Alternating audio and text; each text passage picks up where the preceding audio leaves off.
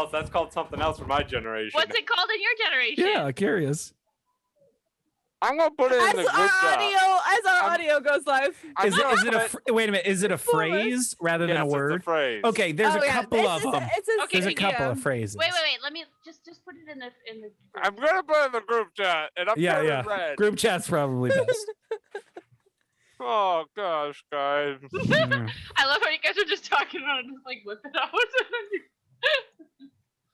Oh, this is so bad. I know which one you're typing. Then I know exactly what you're typing. I don't know what it is. I do. Is it 2 and the 1 in the? Yeah. Yeah. Oh yeah. That's the one. Yes, That's the one. Yeah, I know that it. Josh, you're not old enough to type that stuff. I'm sorry. I know. I feel gosh. uncomfortable. I'm sorry. I do not like the corruption that you're producing here, Terry. So on a different note, if you guys look Well played. in the Awakening, the Greyhawk Awakening campaign chat, you'll see Brim's little stat table.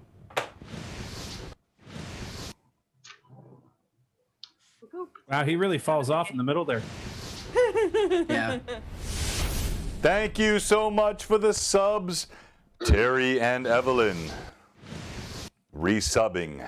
It's appreciated so much. And we're going to kick off here in just a bit. You are live on We all audio. are. Ding, ding, ding, ding. Thank you, Vivi. You're welcome. At least mine's not a prime sub. Yes. Subbed with Why are you being so judgy? What? Why did you say it was such a judgmental tone? I don't know why, but it feels like I missed you guys.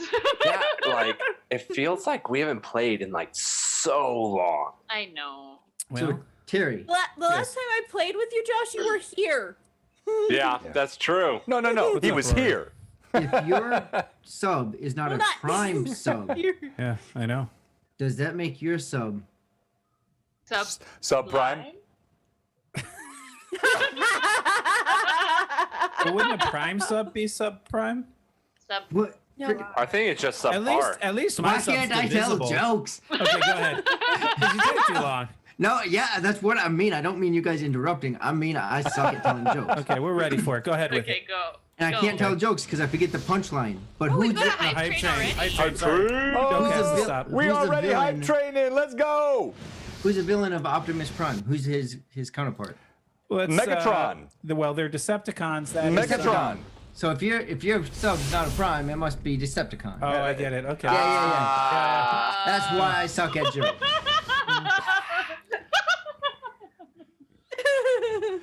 Okay. Oh, hi, Achilles. Yeah. Hey, At least there's Amanda. some kind of boom, Josh. Oh, I love you guys. This has really I been missed way you too guys long. so much. Hasn't All it? right, so I'm going to encourage you guys to watch another new Korean television show that I'm watching. Oh my god. I'm so Oh, did you watch? How far in Uncanny? You love it? yeah, so good. Okay. I'm like So on the fifth next yet. one to watch is Okay. Wait. Bring It. It's called Bring It On Bring It On. Ghost, Yep. or it's also called Casper? no, it's called Hey Ghost, Let's Fight. Yeah. Is this an anime or live No, action? these are live actions. Live action. That's hilarious. The Uncanny Counter is the one from earlier, but Hey Ghost, Let's Fight is Hey, go, let's fight. yeah. Like I was crying. I was crying earlier today. It's Were amazing. you? Oh. Yeah. It is a romantic comedy thriller horror show. Okay, I can do that. I just don't like jump scary crap. Like There's a that. couple Oh, of jump, but the focus is not jump scary. Okay. The focus is this adorable relationship between a ghost and a person. Sounds like most Casper. of my relationships. I have a good. You see my girlfriend, right, guys? Yeah, Yes, that's good. she's very lovely. She's great. Very lovely. She's always Where very did you- transparent with me. Oh, jeez. Knew that was coming. wow. You can always Don't get see the right mad through chatter started. Hey, good to see you, Josh, Keith. good to see you too. Oh, yes. You too. no, other Josh, other Keith. Good to see you, Chris. That's Set Monkey. I will be heard. Welcome, Chris. sir. He goes by Wick. The wick. Set Monkey is Wick. That's his actual. That's Actually, what I've that's been so calling him cool. since 2002. Like John Wick. Triple No, H. it's not the Also, Mark, if good to anybody see you, starts sir. picking up Korean, I'm teaching myself. I'm willing to talk to people in Korean to practice. So 안녕하세요. yes, that's it. Yes, I, Nick. I really all I want to know. learn Japanese. I know. All right. If anybody wants to learn Vietnamese, the world's hardest language. Yeah, no, let me that's know. difficult. Hit me up. Does anyone No. know Japanese? No. You That's actually I'm hard learning it to- right now. Yeah, I speak Vietnamese fluently. All right, Oh, nice. we're going live with video. So all of you, put away your food and your weapons so they don't see them, and we are going live.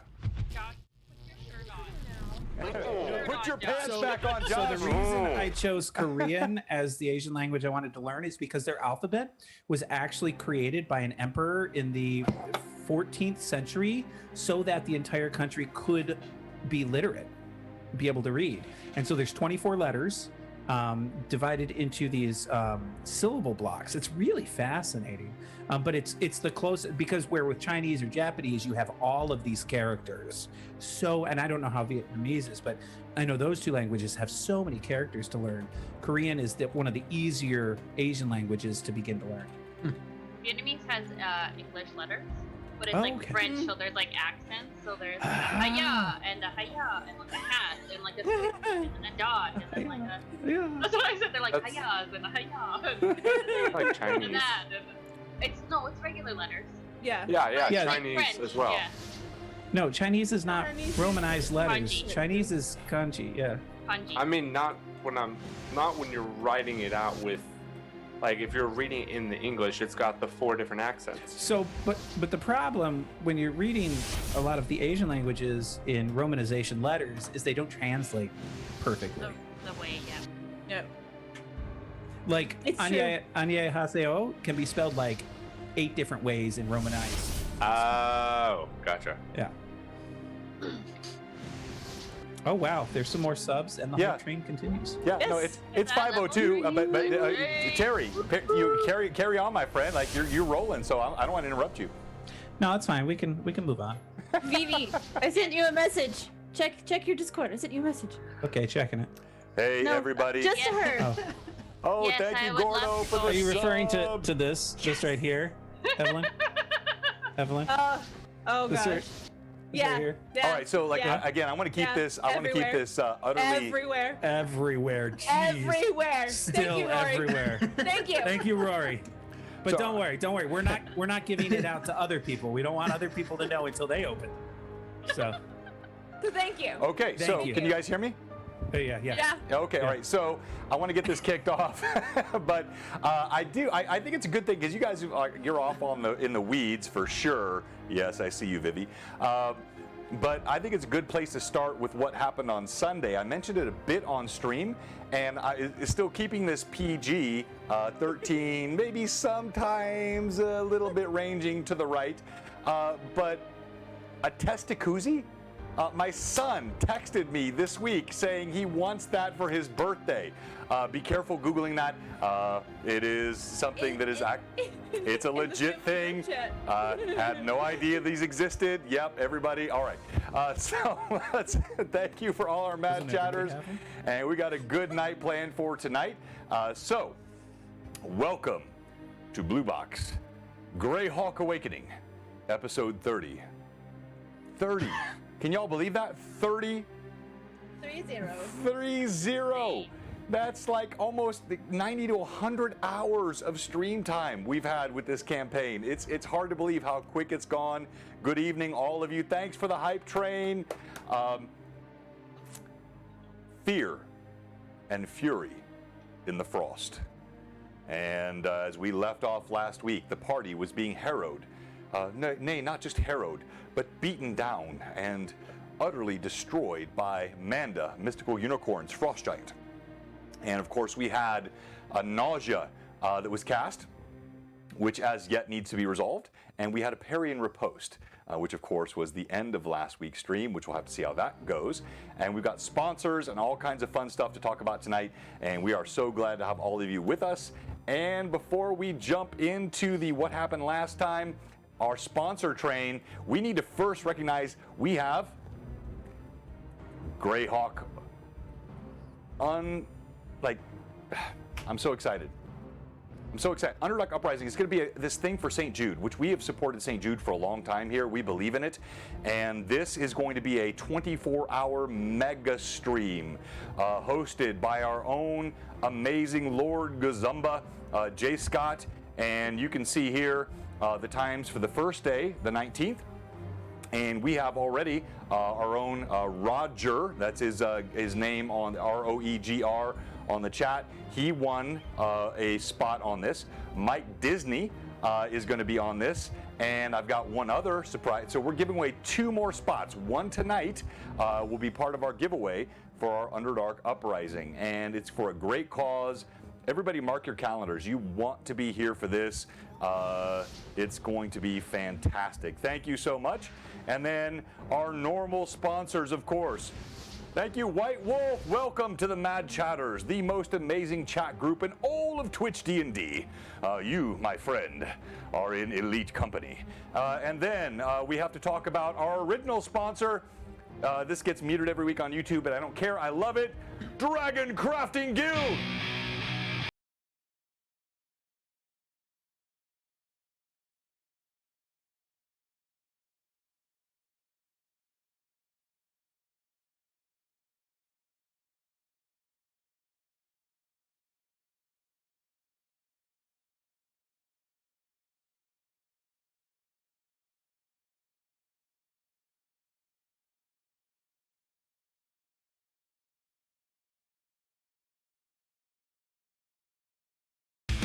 Also, we talk, of course, about Frederica Draws. She is going to be very important tonight. We'll talk about that in a second. And then our good friend Atris Minis, he has been a longtime sponsor, but Jorge is moving into a different area. So he will no longer be a sponsor, but it's not because he hates us or we hate him. It's just a growth in the process. And so mini sponsors will be forthcoming again. The Mantic Games, of course, and we've given away a lot of their cool stuff.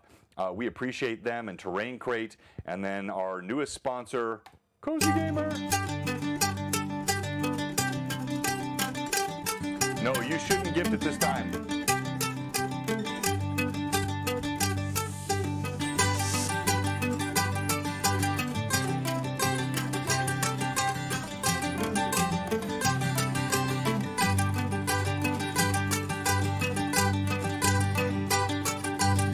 Some nat 20s recently, haven't they? Wishing you all the best rolls, our friends at Cozy Gamer.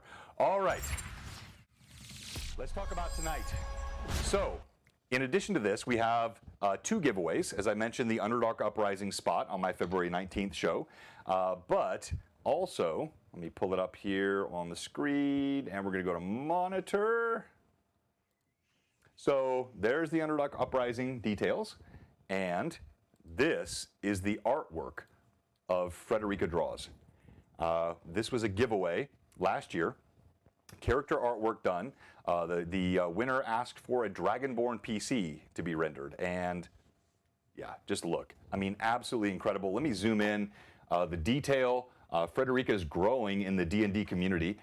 She is an absolutely just a gifted artist. And so if you want to have one of your monsters, one of your characters, someone in your campaign, or just your PC drawn and colored by Frederica, that will be a giveaway tonight. And we will be doing that toward the sort of second half of the show. All right.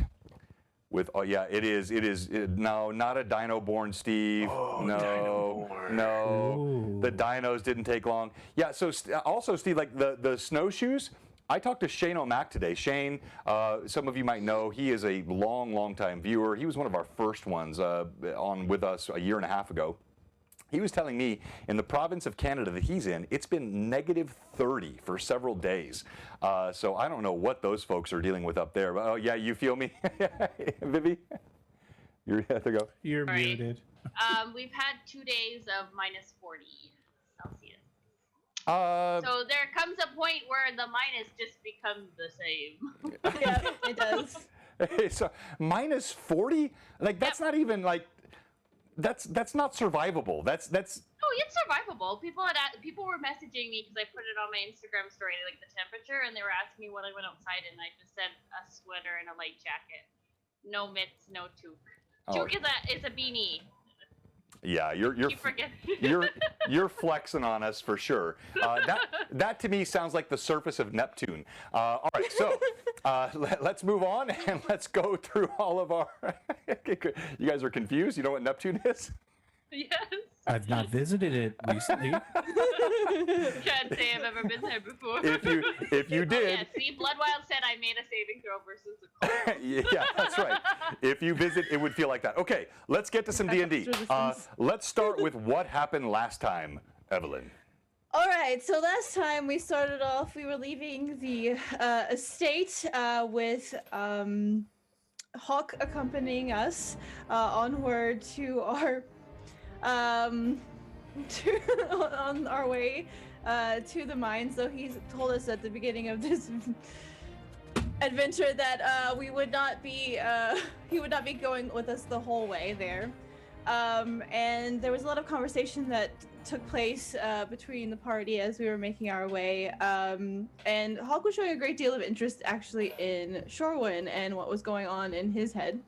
And Shorewin kind of, sort of gave him the silent treatment and moved forward away from the rest of the party, which Brim, of course, Anime ran after him, basically. Jetted after him and caught up. To which Brim and Shorewin actually had a very in-depth conversation about, where Shorewin is in his head right now and how he fits in with the party. And so, of course, Millie being Millie, likes to know what's going on at all times about all things, and so she managed to eavesdrop in their conversation to see what was going on, and kind of overheard things, and very suddenly, Shorewin and Brim found that they had a bit of an audience as the rest of the party kind of collected up behind them after noticing Millie was paying attention to them. Eventually, Hawk gave his parting words. He was very amused by Lilith, and was a little confused by her offering of teeth. He thought she meant all, she meant one. And she made sure that he knew she only meant one. But he found her fascinating. And had shared the little bit of what he had observed about each of the members of the party before, taking one last longer look at Shorewin, and then turned and departed from the group. The party then continued on into the evening. When the sun had started to fall, Lilith actually heard sounds off in the distance of howls of wolves, but they sounded a little strange. She couldn't quite figure out what sort of wolves they were, just that they sounded like wolves. And soon the party found themselves being approached rather aggressively by three very odd-looking wolves, which Lilith managed to make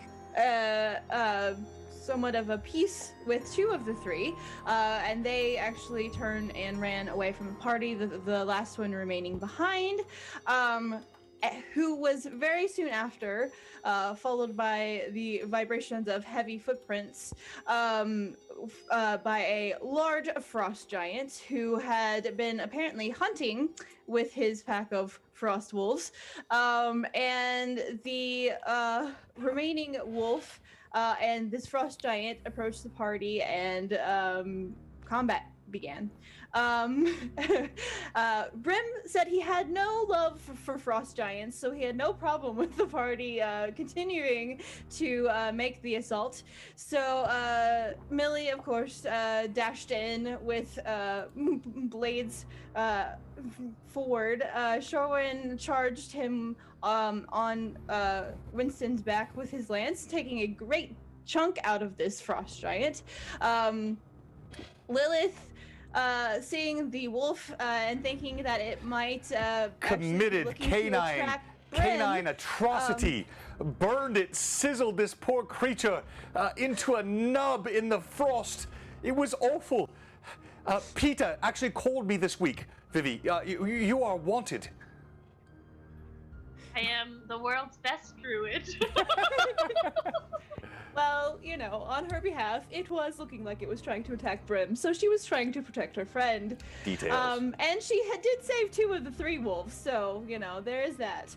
At the end of combat, Gimbal had actually taken stance atop the cart and had cast a spell, Wall of Nausea, in between, hopefully, Millie and the giant, to try to make the giant a little sick on his feet, a little less steady. As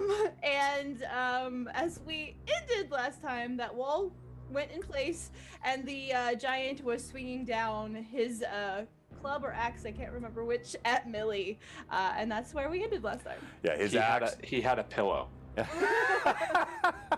Frosty pillow fight! Yeah, yay! last I that. remembered. Yeah. Yeah, Totally. of course, Totally that's what. remember that. Yeah, so he had not 1 but 2 axes, is what he had. A large one and a smaller one in his left hand, and that's what he was bringing down. So let's quickly go through. And by the way, I have not updated the character sheet, so the levels are not correct here. Evelyn did text me on this today, but I was running really hard today with a number of other things to be done. And thank you again for all of you that were supposed to be here last Tuesday night when our PC went dead. And I talked about this on Sunday, so I won't belabor it. But for our normal Tuesday night fans, everything was going really well here. We were like an hour and a half, 2 hours from stream, and the motherboard died on my Alienware PC, which is only 3 months old. And that's not any sort of shade at Alienware and Dell, because they were super responsive. They had a part out here the next day, except that part was bad too. So then they came back out again the next day, and they were super responsive. So by Thursday, it was all fixed. I've got a brand new motherboard. Sucker's been humming along, and we are thankful for all the patience. Now, we're going to do 2 more things before we start. We're going to go through each of the player introductions, and then I'm going to show you something you haven't seen yet.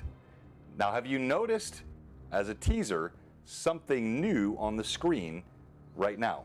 And before you get to that, let's go to Millie. Introduce yourself. Hello, dears. I'm Mary Millie Von Tons. I am a level 6 half-elven swashbuckler. I love gold, booze, shiny things, and my best friend Lilith. Currently trying not to get, you know, cleaved by a giant. Totally not in my list of top 10 things to do today. All right, very good. Brim. Hi, I'm Brimstone. I'm a 7.5 foot, still growing half ogre fighter, level 6. I wield a beautiful great sword brought to me by a betrayer and wearing half plate, and I love the taste of milk. And Monster Tuesday. Monster Tuesday is what walks on 4 feet, then on 2. And at the end of the day, on 3. Yeah, okay, thank you for the Tolkien reference. Anyone wants to guess? I didn't have a monster. You Monday this weren't week. ready, I know. I was like, oh. You could have gone to last week, Josh. Mark View said me. All right, Vivi, tell us about your character. Did you say me? Sorry, you cut Yeah, out I for a did, yeah. second. Yeah. Vivi. Hello, my name is Lilith. Currently the world's worst druid. Also, if I like you now, I might give you a tooth, but only one. Let's not be. Don't take all my teeth. Come on here. This is my collection. I gotta keep some. You know. If I like you enough, who knows? Everybody's got weird stuff from me. Great start. Oh, sorry, Well I'm a level 5 druid.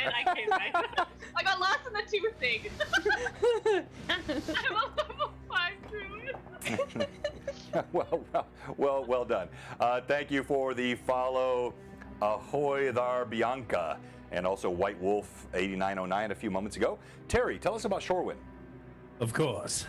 I am Shorewind Tessel of Corwood, a level 6 cavalier with my trusty steed Winston, who, with the simple spout of the word burn, becomes a mean, lean, fighting horsey. Thank you, Satra Scorn. All right, Rory, tell us about Gimbal. Yeah, so my name's Gimbal. I'm all of 3'1", and I'm illusionist wizard level 6. But the thing is, you see, I'm little, but I got big friends, right? So Millie doesn't like magic, but she likes my magic. She's admitted to it. Lilith will give 1 tooth to some, but she's given 2 teeth to me.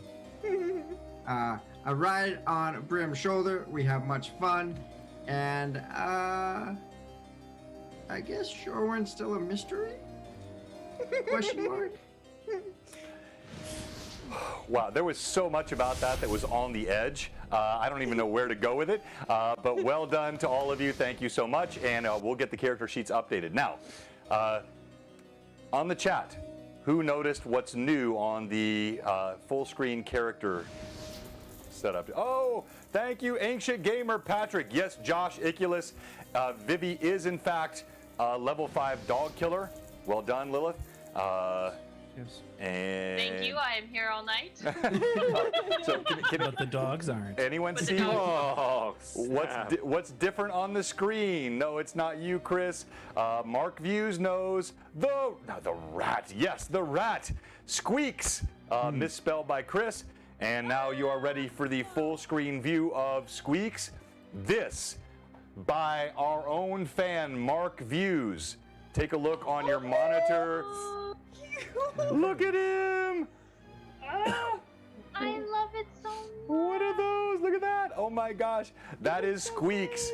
That is the Squeaks image that will be introduced into our sort of slideshow at the beginning, and that is what's also cut out in PNG form on our other screen. This is by our own Mark Views, and we love the participation of all of our fans. It is fantastic. You now have Squeaks, who will not steal Lilith's heart from Winston, but might steal the fans' hearts, and we shall see. All right. Here we go. Ready for combat. Last time, as said a moment ago, the giant, monstrous frost giant, 20 feet tall. I described him last time. I won't go through it again, but a fearsome creature wielding a pair of axes. I will show an image here to our fans. All of this and more. His mini, done by our own Manda. And look at this miniature. Was entered into art contests, and much like Vivi, she's being banned everywhere because she is just too darn good. And he rushed through the pines, snapped them open, engaged the party with combat, initially begging for the blood of the gnome. But then, as he was denied, he started sniffing the blood of others and really turned his attention toward the shiny paladin cavalier that had just shot past on the horse in full armor. And then, as the nausea was cast by Gimbal and the parry and riposte was done by Millie, we begin. All right. No, thank you, Mark Views. Roll your parry and riposte. The 19 from last week does not count. I know. Okay. That's even better because I just rolled a nat 20, so yeah. Hey! All right, mark that down. I'm tracking her nat 20s, Rory. They're off the charts. Okay. All right, so just for fun, go ahead and roll again for me, please. All right. That's a nat 21. Another nat 20. I'm not touching it, but it's another nat 20. Okay. All right. So a pair of nat 20s. Now on parry and riposte, there is not a critical per se, but I do think there is still a relevant result. So if I succeed on the parry, then I can make an attack roll with the riposte. That's part right, of the yes. So parry. you get that attack roll, but there is more that happens with this. And let me pull up our cam here. There is the combat scene. So for all of our viewers, I've got a different angle here, but of course, I think the frost giant is pretty recognizable here, right here, this big guy. You have the nausea wall being thrown up. You have Brim here, the monstrous half ogre. The dog, which now is sizzling in the ground. You have Millie, Shorewind charging past, and I put Lilith way over here, not because she's actually way over there, but just so it worked better on the cam. So you, as the giant rushes forward, his thews are massive. His strength is beyond your ken. But you duck underneath with your speed. You manage to land an elbow right on the inner part of his arm as his axe comes down. You jostle the blade just aside, and you slip inside for your attack. Yeah. Okay. So I'm gonna roll this attacking advantage. That's a 28 to hit. A 28? Mm-hmm. Just hits. Yes. Oh, gosh. Yeah, we had a miss on a 27 last week, so now you know.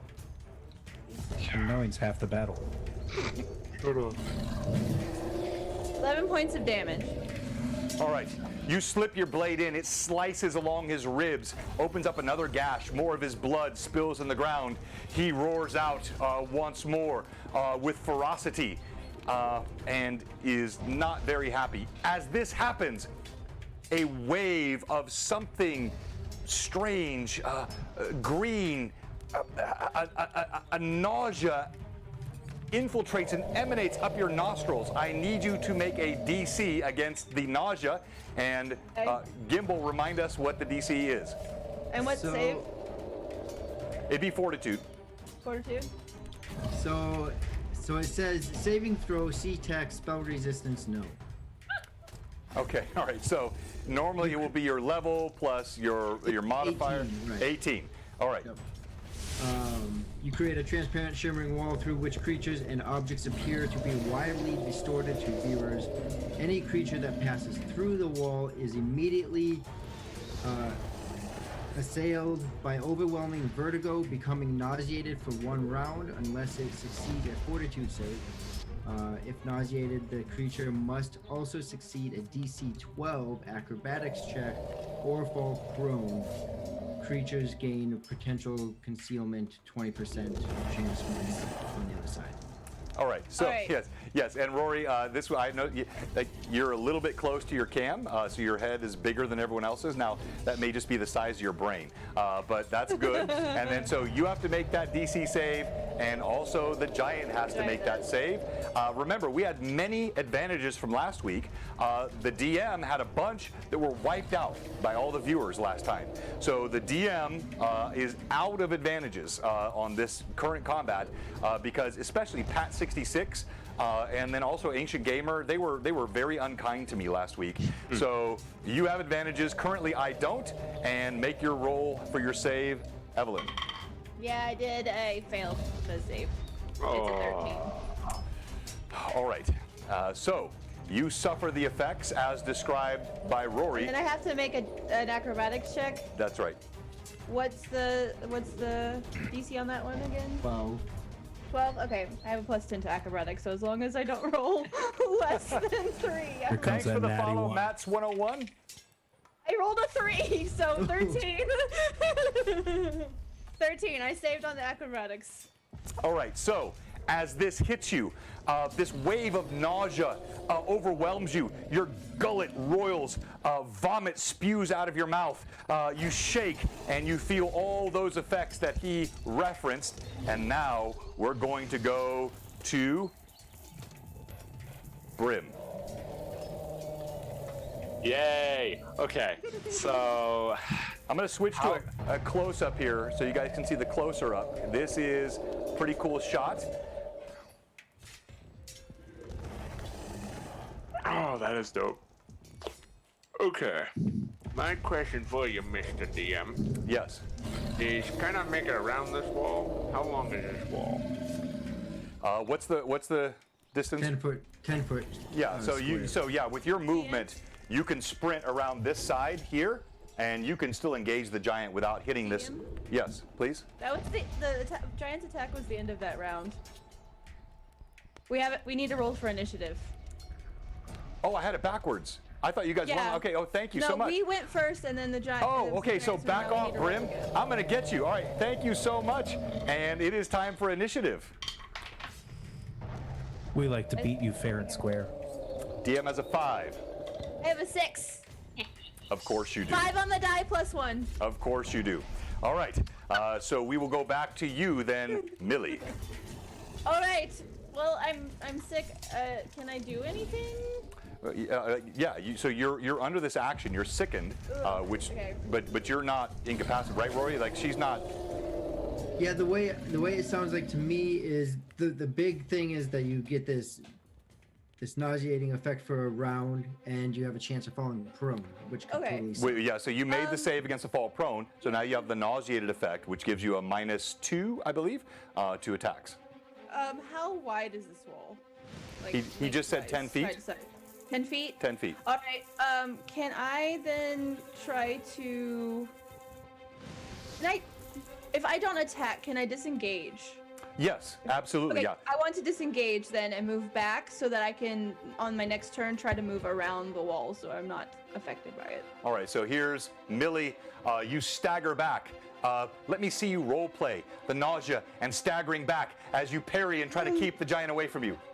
And so she's kind of keeping her sword up as much as she can. Wait, she's right-handed. As much as she can, and then kind of like, oh, I haven't felt like this since that one time. Oh, that was a bad night. And then she just kind of moves back away from the giant. All right, well done, and thank you, Moose. I got 5 advantages, and then Robert gave 5 advantages to the party. All right, so, but I'm John, as much as I don't want to admit it, Canadian Ancient Gamer did give you an advantage as well that you missed. Yeah.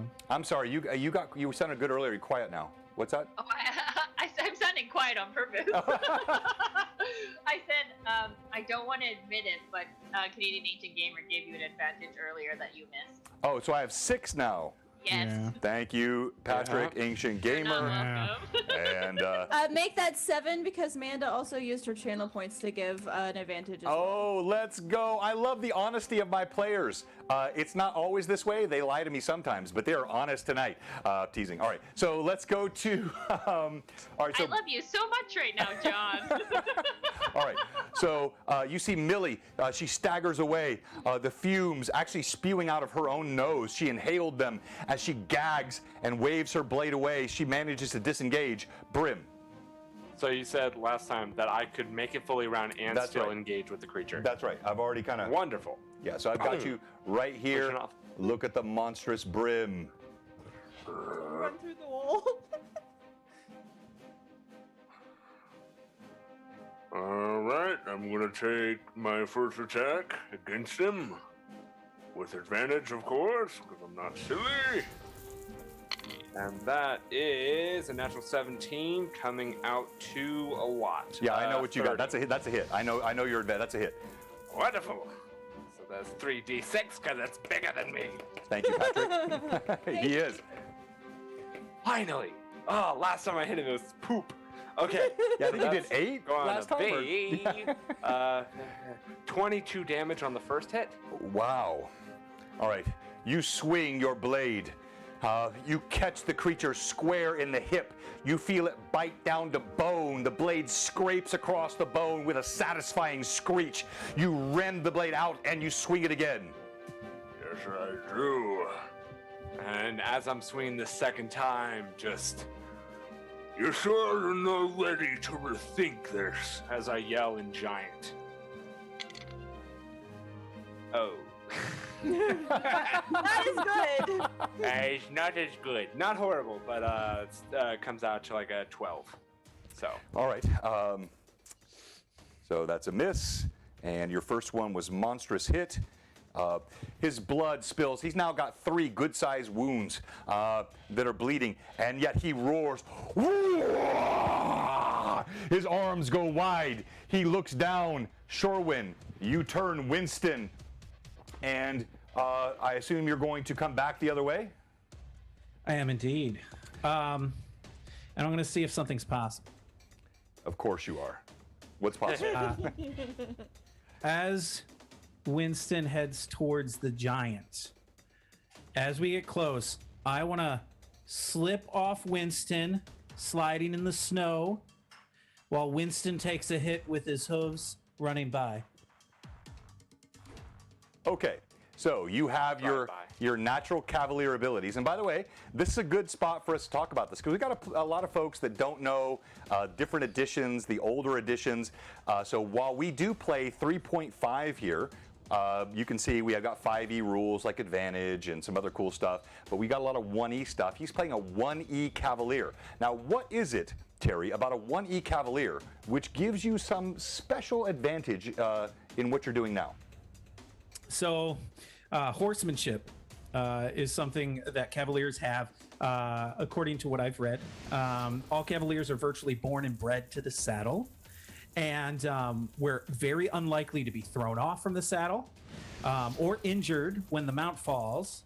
And according to a document that you gave me when I was just beginning, which has been wonderful for me, but 85% probability against either occurring is reduced by 1% per level. So very, very little chance that I'm going to get hurt. At third level, I can vault onto the saddle, which I'm sixth of my mount with bulky armor and have the steed underway in one segment. At fifth level, I can urge my mount to greater speed than normal. The additional speed possible equals 2 bonus to the movement and can sustain up to 6 turns. And 7 is coming soon. Well, yeah, well said. And by the way, have you been adding your 1d10 to each of your martial skills, strength, con, and dex as you've leveled up? Your percentile dice should be leveling up every single level, and I think so that's the I think I forgot. Yeah, okay, so that's the old school Dragon Mag, made it into Unearthed Arcana. Cavaliers are awesome. All right, so I'm going to have you roll a d20 for me, and just give me your raw score. I already know all of your abilities. I want to know what you roll on the nat 20, on the 20 rather. It is a good day. Is it a nat 20? Have a good It day. is a Nat Paw 20. Yay! Thank you, Cozy Gamer Dice. You're my bae. Okay. All right. So as Winston leaps forward, you feel him shiver with rage. He feels the same emotions that you feel. And he knows intuitively what you're doing. He tilts to one side as you vault off. This is not a kill, but I want you to describe for me what this looks like as Shorewin vaults off his mount and Winston engages.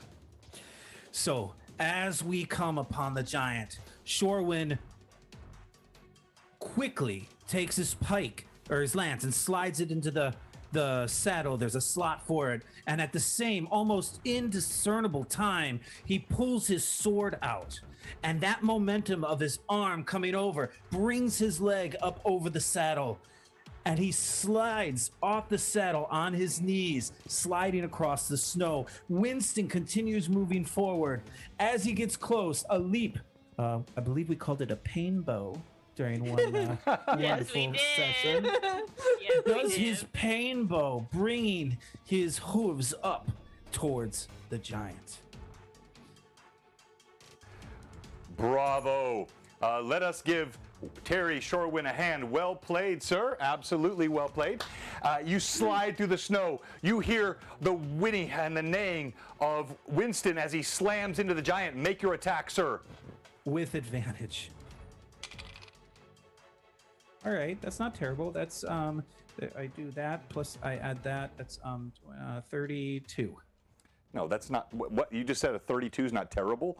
Yes. that's not Okay. terrible. That is a hit. All right, and so that's going to be 1d8 plus 7. That's going to be that's 12. All right. Your blade. And do I get my second attack? I'm going to say no, based Okay. on what you did here. This action sliding off. No.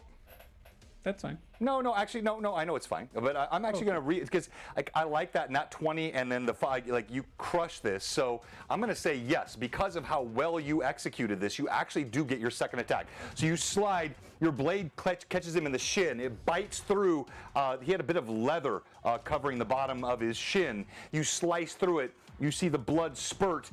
As you're sort of rising up, you have a shot on the calf coming from the back. And I have to roll a 20 for it to hit, so let's see. Nope. Nope, no hit. All right. Still a glorious attack. Now, roll for Winston. Oh, yes, indeed. Winston, my good friend. All right. Winston with his hoofs. Oh. He's going to roll with advantage. He doesn't have as many as me, but. Nope. That's a 7. No, that's a 12. It's a 12. All right, so no. And I'm going to say that provokes an attack of opportunity from the giant. So as you slide low, he, turning from his assault, sees Winston charging, raises his axe, and swings toward Winston. And I know how controversial this can always be. I'm going to use advantage, and I will raise. I feel like I'm going to roll a nat 20 here. I don't know why. Maybe I hope I'm wrong, but. Have Oh your my mini in gosh. front of me. Oh my gosh, I'm not wrong. He hasn't touched it. I haven't touched the die. So this is die 1. Yeah, And yeah. then the black one right here. So can you see? It is 8. Okay, I'll watch my hand. Watch my hand, okay? It's a no. Where's the right there? It's a 20. I have it. There it is. Yes. Where the heck is it? It was a 20. I swear to Yeah. God. Trust me. Yeah, I trust you. Yes, sure, yes. John. I just know because So I I got a called question it. for you, John. Was Millie affected by the spell? Did she go through it and thus affected? No. So I'm sorry. Millie was already affected. What do you? Was the So- giant affected? I Was think the is Oh what giant he's no, the trying giant. to- I'm sorry. Yes, I already made his save. I should have told you that. Oh, Yeah. he did, So okay. yeah, he made his save. I should have told you that. But yes, I rolled that earlier. He inhaled, spewed it out as though it was a sweet, savoring odor to him. Perhaps he likes his ladies with that scent. He did not seem to be bothered at all. Okay. But Good to know. we do have the nat Like 20. smelly ladies. And then, suffer and suck it. All right, so I'm going to roll again, and I don't know why. Let me just get this. I got too many dice on my tray. If I roll something else that confirms a crit, I want everybody to see it. I don't know why I just had this feeling tonight with Winston. What is it? I can't see. So that's a. Oh my gosh, that's a 19. 20. No, it's a 19. No, it's a 15 and an 18. Okay, so that is a crit. As Winston gallops through, the giant pulls out his axe and he swings. And now it is time for percentile dice. I haven't broken out the ever mysterious Tim crit tables in 2 or 3 weeks. It's been a while. On behalf of the players or the monsters. And so now I'll roll percentile dice and we will see. I'm sorry, guys. All right, and it is a. Wow. Gosh, I'm getting old. We're gonna miss Winston. That is a 78 on the die. 78. All right. Okay. Sure, when you gotta lose your other eye to save him. God, I can't believe this. Too soon. How? And, Go ahead. That's Soon. a real quick question. The giant didn't move towards Winston at all, did he? No. So like, Okay. it was that was the attack of opportunity. So as you completed the charge, you slid low, but Winston came straight at him, reared up, to hit him with hooves and the bite. As he reared up, that's the attack of opportunity. The giant swung his axe and. Can I use my fate chip to cancel the crit against Winston, please? All right. What it would have been. The arm, which of course in his case would be the foreleg, severed at the elbow, blood pumping out, spurting, unconscious and will bleed to death within, if left untended, within each turn, 10% chance of dying each turn. So, Winston, it's this sort of fateful. Oh my gosh! It is unconscionable as Winston leaps forward. His cry, defending, his loyal cavalier who slides past in the snow. He rears up the giant, his axe headed right toward Winston's arm. You see the power. The blade glints in the dim light of the moon, because it's sort of like it's early evening now, in the dim light of the moon, and suddenly, from nowhere, you see, tell us what it looks like. A dagger is like just fully launched at the giant because now Millie's starting to get, back to herself. She's had a night like this before. She partied too hard once. And so she just launches this dagger and tries to, sink it into the shoulder of the giant just to get him to kind of distract his, the direction of his attack. Okay, so based on your roll, I'm telling you the strength of this would have, a shot to the shoulder would not have stopped it, but you used a fate chip. There's some slickness from the snow and the cold, the blade chill in your hand. It slips. As you throw the dagger aimed at his shoulder, it slides out of your hand, goes to the right, actually smacks him directly in the hand wielding the axe, and as it strikes, he drops the axe onto the ground. Oh, all right. Oh. Awesome. All right. Good. We go now to Gimbal. You got this, Gimbal. Avenge the horse. There we go. I needed that view. So I'm back there. Yeah, so you're So Shorewin and Winston are basically directly in front of. Okay, so it's a little tough for you to see here, but no, actually, they're to the left. You have so this is a clear straight angle for you. Yep. Right here. So you have a straight angle on him. Your wave of nausea is here. Everyone else is kind of moved to the left. Yep. And if I can double check, but I think the nausea only lasts 1 round. Duration 1 round per level. Yeah, so it's still going. It's per level. Yeah. However, I noticed he wasn't affected by it, right? I mean, I would see that. That's right. At least it seems like he's not. Mm-hmm. So I would like to. I can drop that and cast a spell in 1 action, right? Yes. Okay. So I am going to drop the Wall of Nausea. I am going to pull out a familiar piece of fabric of fleece, and as loud as I can, yell in Giant that I speak. Yell, "You came from me, yet you fight them," and use silent image, and on it's close proximity they gotta be. So Winston, and who's to the right of the giant? Brim. No, so to the right is Shorewin and Millie. Okay, so then the left. To the left is Brim and Lilith. So silent image is a 40-foot square cube that I can do. So on those individuals, those 4 entities, Gimbal is going to cast silent image as if they're on fire. And remind again, which 4? Shorewin, Winston, Brim, and Lilith. The ones right in front of me near the giant. So it looks like they're on fire. It's 40 feet, you said? Yeah, I can cast it up to 400 feet, but its effect range is a 40-foot. Let me see. Yeah. Actually, you can catch them all. All right. So you do this. You cast it, and they all look like they're consumed with flame. Yes. Yes.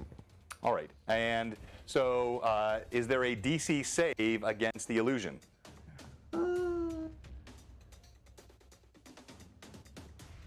Saving throw will disbelief if interacted with the spell.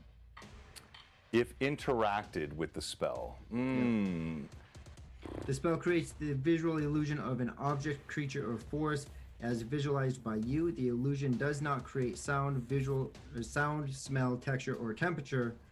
You can move the image within the limits of the size of the effect. Okay, so I'm going to hang on here. Let me grab. Oh, You lit the world, it's on fire. It is. So what I'm going to do, as these flames erupt, but they have no sound, they have no heat, and interaction is a sort of vague term. Yeah, yeah. So what I'm going to do is I'm going to make a save for him, but it's going to be a modified save, and we'll see what he thinks. Does he, in Can I fact? invoke a disadvantage? Yes, you can, and I will not use advantage. So I was gonna say, John, you also got 3 disadvantages from Mark views. Just so you know. I did, Mark. Yeah, well Yeah. done, Mark. Well done, I'm Mark. down. I'm You're down to gonna one be up now. for MVP this round, so. I only have 1 advantage left, and I'm not going Might to have use actually been 4. I think it was 12. it. No, okay, let's keep 32? going. guys. No, it was. I said that because it was actually 4. If you go up a little bit higher from his 3, there is another disadvantage to DM. Oh yeah, I see that. I missed that one. Yes, There there are it 4 disadvantages. We You can't are. go up What were now. you saying about us being very honest? This is I'm back pretty to sure I back. see like 4 more. Back-to-back weeks, my This- viewers are turning on me. Gary Gygax person? It's what happens when you try to kill Winston, John. Yeah. Come on. Yeah. Fair enough. To retaliate. Okay, so Kill he's gonna. Gimbal. Kill Shrew. So- Don't kill Winston. How dare you? Hey, so I don't know what Johnny D. Fox asked, but if anyone can answer that or make sure we answer that for him, he asked something earlier, and I'm gonna make my save at a disadvantage because I have no advantage left. You see the giant. His eyes go wide as flames, to your eyes and his, erupt all around him. He leaps back. As he leaps back, he provokes an attack of opportunity from Brim and Millie. So another attack this round. And then we still have Lilith to go. So Yeah, Brim, Millie, advantage. make your attacks of opportunity, and then Lilith, you will go. In question, we use our normal attack for this, like our first Yeah, attack? you're- That's right, yeah. Do I Attack of not get opportunity is an like a full attack attack. Yes. There. That is a Isn't Sherwin right there? 32 to Yeah. hit. 31. Oh, that just John- misses. Sherwin should be right there for. Yeah, do I get one too? No, the 32 just misses. No, it hits. I know this. A 28 hits, so a 32 hits. I'm kidding. I'm kidding. That hits, yes, Shorewin. But you're on the ground. So actually, let me have you make a roll a. No. No, I'm gonna back because of what you did, the way you did it. You slam to the ground, you slice once to the front of the calf or the shin, once to the back, and then you kind of come up gleaming, your armor glistening with snow. So we're gonna go to you first after Millie. Go ahead, Millie. That was 10 points of damage. Were you fanning yourself with the awesomeness of The shiny Sherwin? man, The shiny man. I mean, I did. When you were deciding for a minute there, like Sherwin's eyebrows were doing a whole thing. All right, so as I got your damage, Millie, as the giant staggers back from the flames that have erupted all around him. Shorewin. Well, that would be a 28, 29, to 30. That hits. Yes, indeed it does. I'm going to, at this time, use Vitality. Nice. Vital Strike, sorry. Oh, I was like, Vitality. I knew what he You meant. have- I knew what he you have meant. to declare it before you Oh, roll. I had to Vital declare Strike. it before. Okay, then I'm not going to use it. I'm going to save it for the next shot. Oh, that's sad. 9 points of damage. Okay. All right. You slam it's rapid fire. You are feeling yourself, even though you have a little bit of snow that's gone through the pocket in your armor that's rent in the middle. But you slam 3 times. You saw Winston almost severed. His limb almost splayed and cast to the ground, and somehow Millie does this miraculous effort. Now, Brim, your opportunity attack. I rolled a 31, That is a hit, Brim. and then the damage I got was 20. Damn, dude. Oh my God. When I actually hit, it's great. Especially when it's bigger than you. Trust me, Brim, I'll teach you how to do the eyebrow after this. You slam your blade as the frost giant retreats from the illusory flames cast by Gimbal. He staggers back. He raises both blades. Suddenly, he's pinioned from all sides. Shorewind's blade. Millie slashing at him. You catch him squarely. Your blade swinging high underneath the armpit here, right in the ribs. Slashes across. Blood splatters all around. As he staggers back. Lilith, what are you doing as you see the fox smoldering in the ground? Oh. I had to twist it one more time. I thought it was a wolf, but it's fine. Yeah, somebody said Yeah, this, it was a wolf. It wasn't a fox. yeah, this episode brought to you by PETA. It's so crispy. The barbecue, yes. Can you please describe what he's wearing and his weapon? Fox. Yes, okay. So, sorry if I'm repetitive because I did mention this a couple times last time. So he's wearing a combination of leather. He's got chain strips in some places. He's got plates in other places. So it's a cobbled together set of armor. He does have this horned helm atop his head, strange looking horns atop his head. And then the rest of it is this cobbled together armor. Sorry, I meant what Brim was wearing. I'm just kidding. No.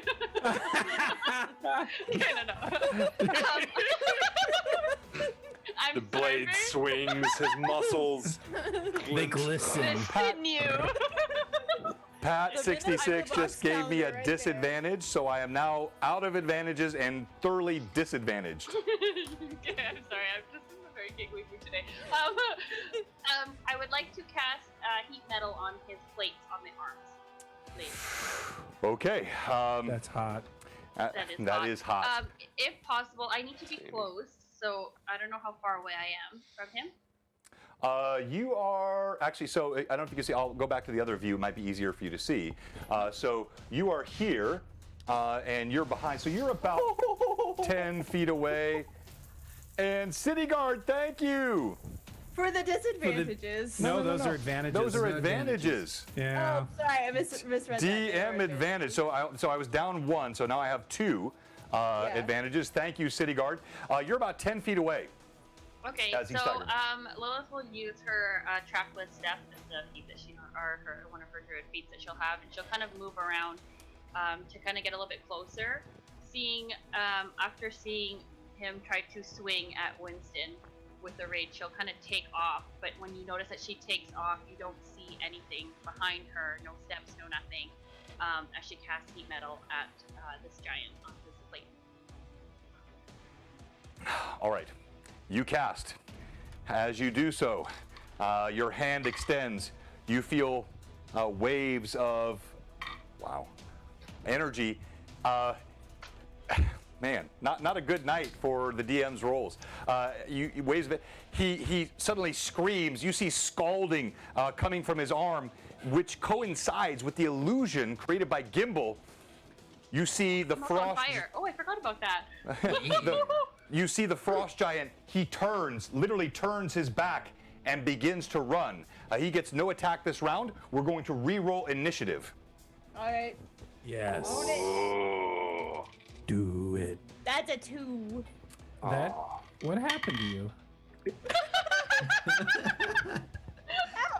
Roll again. Oh! Oh yeah! Get ready for ballet, because that's a 2-2. Oh, then he rolled a. He's got a 6. He got 6. Sexy 6. 6. The giant, he with massive steps, feet thundering in the snow, blood streaming behind him. He roars out something unintelligible, a threat clearly, but not something you can recognize exactly what he's saying.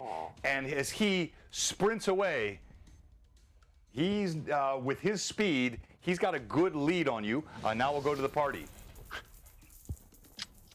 Wow. That's some more advantages there. Thank you, Pat. Cry havoc. fine, the Let giant's the gone. dogs Oh my God. advantage for the now that the DM. giant is gone. Yeah, kill him already. Yeah. Give it to him Let's now, go. that's fine. Let's Giant is go. gone. Thank you, Heart of Adventure. I appreciate that, Thomas. Gimbal, hand me the bazooka. Okay, anachronism. Minus 1,000 experience points, Brim. I'm just kidding. All right, so what are you guys doing? How good would it be, though? All right, so what are you guys doing? What if it was a he sprints away. His footsteps quick in the snow, blood streaming. Gimbal is. I'm just gonna sit down. I'll yell out. Let the fear of us be in the giant, and let him spread the fear amongst his companions. And just sit down, just relaxing, exhausted, and cuddling Squeaks. Anyone else?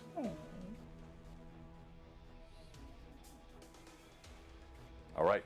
As the giant crushes through the forest, sprints away in the hill, leaving a trail of blood, he utters curses, imprecations, promises of retaliations. He is raging, but leaving, and he vanishes into the distance.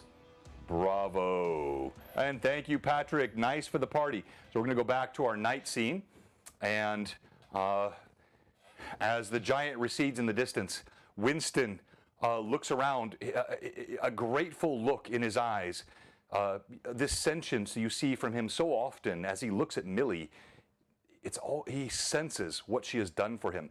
Now, before we move on, Millie, we have new viewers tonight. By the way, thank you. We're at 72. Everybody, you're awesome. We have some great giveaways tonight. We're getting close to break. We'll talk about that in a second. But tell our viewers what a fate chip is, how you get it, and what it can do, and the two types of them. Right, so a fate chip is what John has introduced into his games to kind of help balance things a little bit more in the party's favor at times. We don't get them very often, but the two types of fate chips are minor fate chips and major fate chips. Minor fate chips are the ones we see more often. In my time playing with John, I have only seen one major fate chip given out in a different campaign, actually. That's right. But minor fate chips can do things like reverse a critical, for example, or help a smaller issue. It can save you from dying. If you're already dead, it's not going to save you, but it can save you from being killed. A major fate chip, however, can reverse a lot of things. Like if you've already died, you could use a major fate chip to save yourself from being dead. We get them from doing things like really good role play or really impressive criticals or a combination of really good role play and really impressive criticals. Yeah, well said. So, and the major fate chips are super rare. I've played the game on stream now for 2 years. And you've only seen one on multiple campaigns ever given out. Typically, a major fate chip will be a combination of glorious roleplay and ridiculous criticals at exactly the right time, where it's this sort of epic moment that deserves a reward. Now, Millie had a minor fate chip, and she used that to avert the severed leg of Winston. Now, as the giant retreats, there is only the sound of the wind whistling through the trees. The cold and the chill in the Lort Mills as you still search for this ancient dwarven mine where White Shiver must reside somewhere, as you were told by the leaders of House Gistrul, to be able to save Ashrin, who lies on the brink of death. And now your only companion is a horse, a rat named Squeaks, and the bitter cold.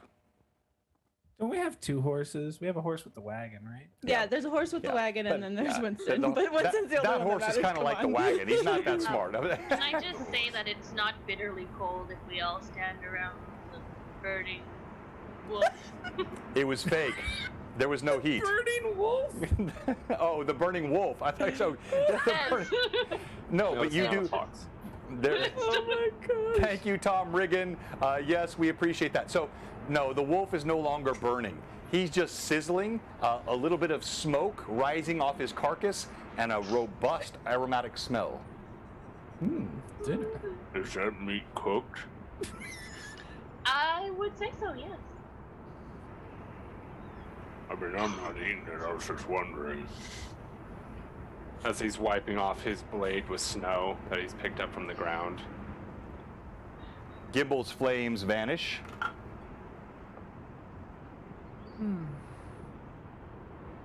Hey, Brim, can you come get me for a second? Yeah, sure. Man, do you need any help with anything? You doing anything? Oh, you're good. Just put my sword away. I can clean that for you if you want. Ah, good point. Too late. What can I help you with? All right. Can you take me over to where you guys were fighting the giant? Or is the snow not very deep? Sometimes it's really confusing seeing you guys walk through it. How deep was the snow when we were fighting it? Yeah, so the snow here, you're still ascending the Lort Mill, so you're not very high. It's about 18 to 24 inches, not quite over 2 feet. So it's enough that your feet sink down, but not too deep. Yeah, so it comes to my ankle or something. Yeah, top of your foot. Yeah. So I'm It's a little deep for you. just gonna pick you up and just walk. Yeah, can you, and he'll just bait, can you take me over to where you guys were attacking the giant, where it was bleeding? Yeah, sure. I take him over there. And while you're taking me over there, he's gonna, sitting on your shoulder like normal, so I don't know if you'll see it out of the corner of your eye, but he's gonna take one of his vials out that has the pinky that was given to him. His pinky. Right. And I don't know what to do with it. And he'll stick it in his pocket, but now that the vial is empty, he will go. Can you set me down by the snow, or set me down by the blood? There's blood on the ground, right, John? Yeah, everywhere. Yeah, Oh. There's blood from the party. There's a lot of blood from the giant. I mean, he was ripped in many places. Blood streaming all over the snow. It's mixing now slush of crimson and pink. So definitely where there's a bigger puddle, most likely his blood. Gimbo will kind of like scoop, push blood snow into the vial, cork it off, and Brim, he'll stick that in his satchel, give Squeaks a little rub on the head. Have you seen this? The blood? And he's going to be moving his hands out of Brim's view and turn around and just chuck a snowball at him.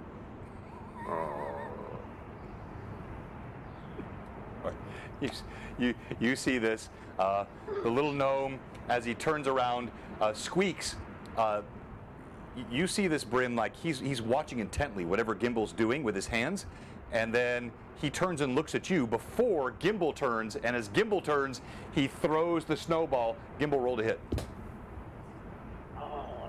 I am going to use an advantage. Question DM, does Lilith see this? She Yeah, shoots like at Gimble. everybody sees this. There's no obstruction to the view here, so everyone sees it. Okay, I'll wait till he finishes. Okay. Do I add anything to that? I mean, it's dexterity and your base attack bonus, right? Okay. So it's a missile attack. So that would be my dex is a +3, so that's 17 to. Oh yeah, that's a bummer. 17 to hit. All right, so Brim, as he turns, he flings a snowball. Despite the prodigious target that you represent, he somehow manages to go wide. You just sort of turn sideways, and the snowball flings past you. Oh no! Blood Lilith bowl will see Gimble do this, and she'll kind of like, again with her chocolate step, she'll kind of move towards to be behind Gimble, very stealthily and quietly, and not being able to be tracked because that's just Lilith.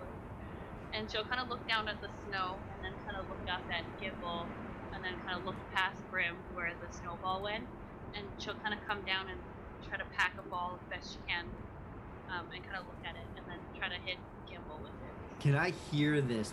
Like, No!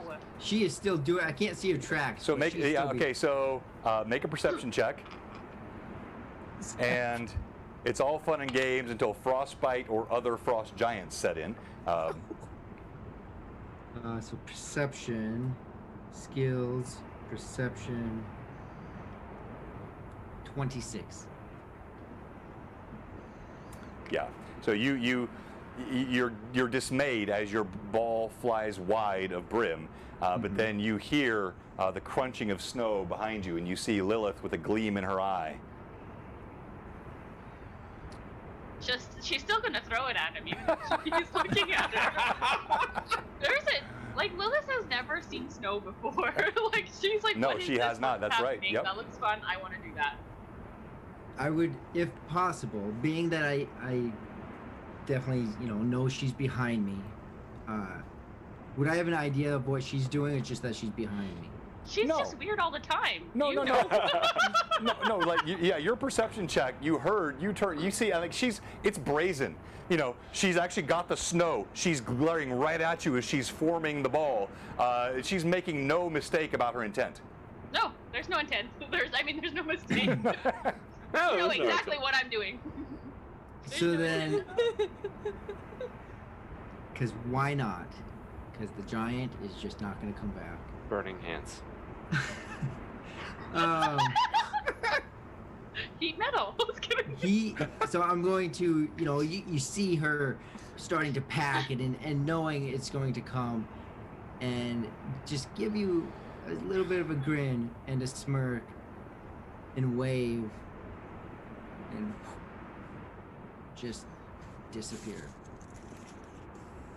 Hey, that's actually pretty. All right, so smart. A, that's cool, but B, y'all got to roll initiative before you can do that, because this is attack Okay. class. So we have combat. Roll initiative. I Roll just need this initiative, between Lilith and Gimbal. We'll see if you get your spell off before she gets her ball off. All right, stop that. Stop that. Oh, initiative. That's not a D20. No. Wrong. What? A 6? I know. I Got a 24. Best TPK ever. What'd you get? got a 6. So did I. Roll again. Oh, roll again. It's a Frodo. I never win this. Give it to me. Oh, 4. It's a 2. Yay! I'm sorry, I hate to take this from you, Rory, because it was fun. But as you see Rory, you lift your hand, the Grugark, with remarkable speed and affinity for nature. She flings that snowball directly at you. Roll to hit. Roll to hit. At 20. Cause him actual damage. 120 an eye. percentile dice. 18. 18. What's your armor class? No, that hits. That's what I thought. Yeah, it hits. All right, she smacks you square in the forehead. Make a concentration check.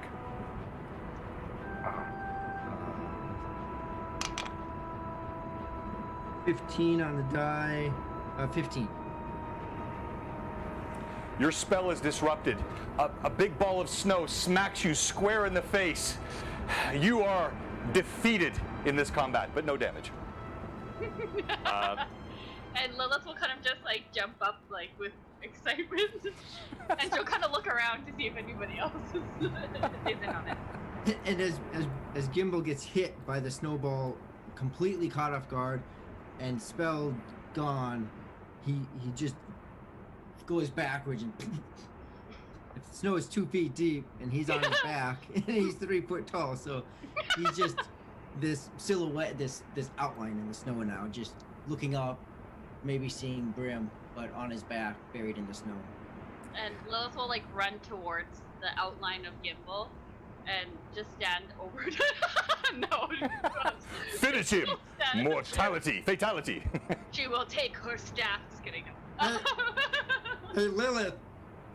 And she'll be kind of like standing over you, like looking down, like down at you. She's like, "Hey, what's up?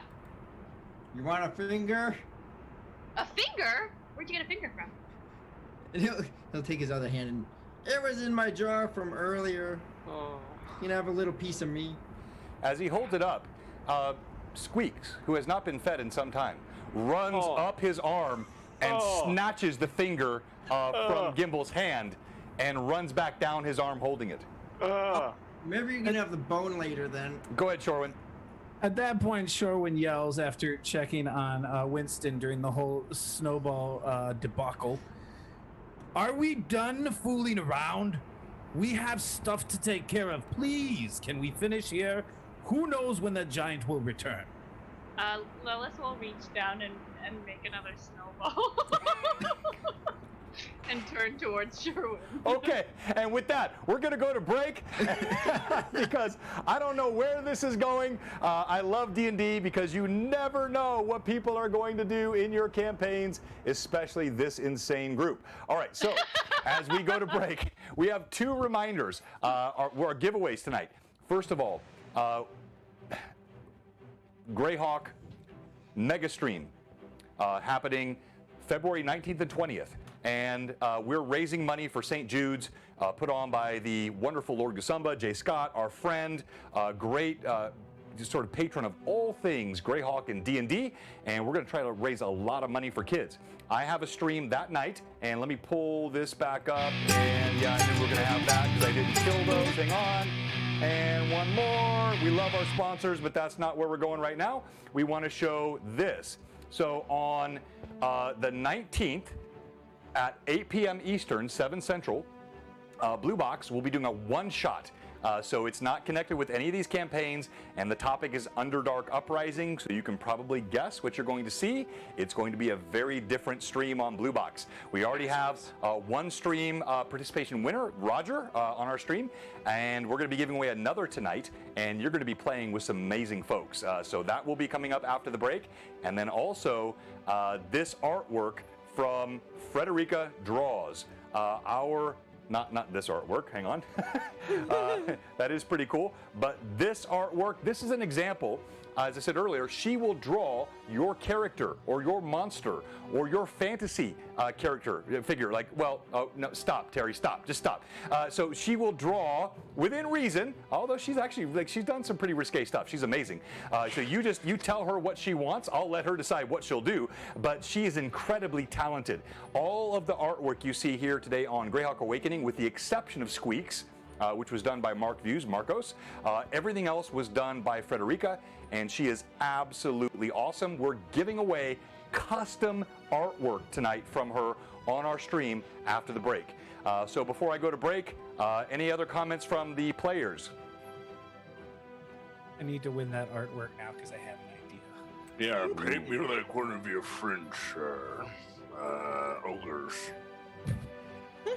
So I've already paid for artwork for all of your characters, but you're going to try to win over our viewers tonight. Okay, Oh, yeah. That's fair. All right, that's fair. I might because it wouldn't be for me. It'd be a gift for someone. Hey, no, It'd be that for makes me. sense. It would And be a gift Jack, for the community. I'm sorry, what's that? It would be Brim and Sherwin together like this. Wait, Oh, yeah, and the I can't see, I romance. can't see. Oh, there we go. That is a gift Like, for the community. oh my gosh, honestly. like the front of a romance novel. Like Brim's Fabio. shirt is in tatters. Fabio. He's embracing. Fabio, exactly. His hair's down, so it's flowing back behind him.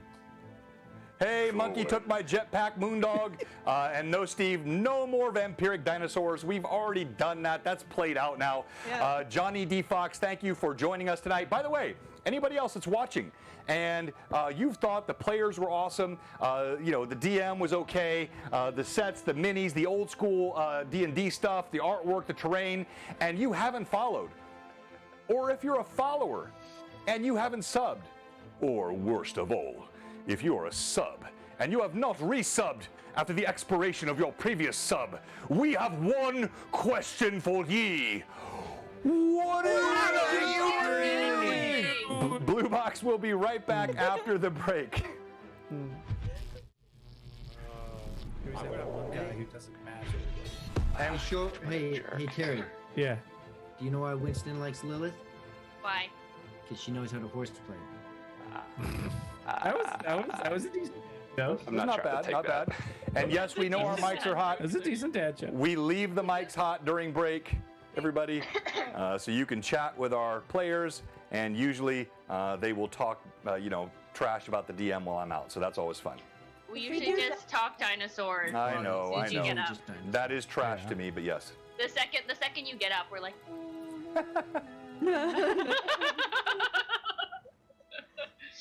He hasn't left yet. Don't worry. That's why we haven't started singing. He's still here. I already did my dinosaur artwork for That was awesome. I love Moose, it'll be a drawing. So just once the DM says exclamation point something, that's what you'll type in. Yeah, so we'll tell you guys after the break.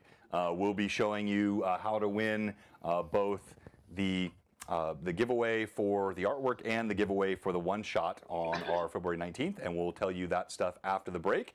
And so, as a group, I'll let Evelyn. So Johnny D. Fox, our new follower and sub, is asking how long we've been playing. So why don't you walk through with him as I step out to use the restroom and get some water, how long you've known me, how long I've played, how long you've played, and then tell him about this group in particular.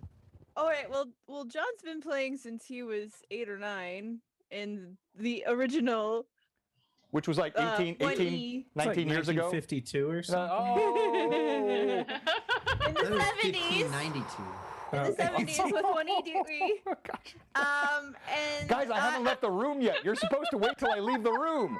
Why aren't you leaving?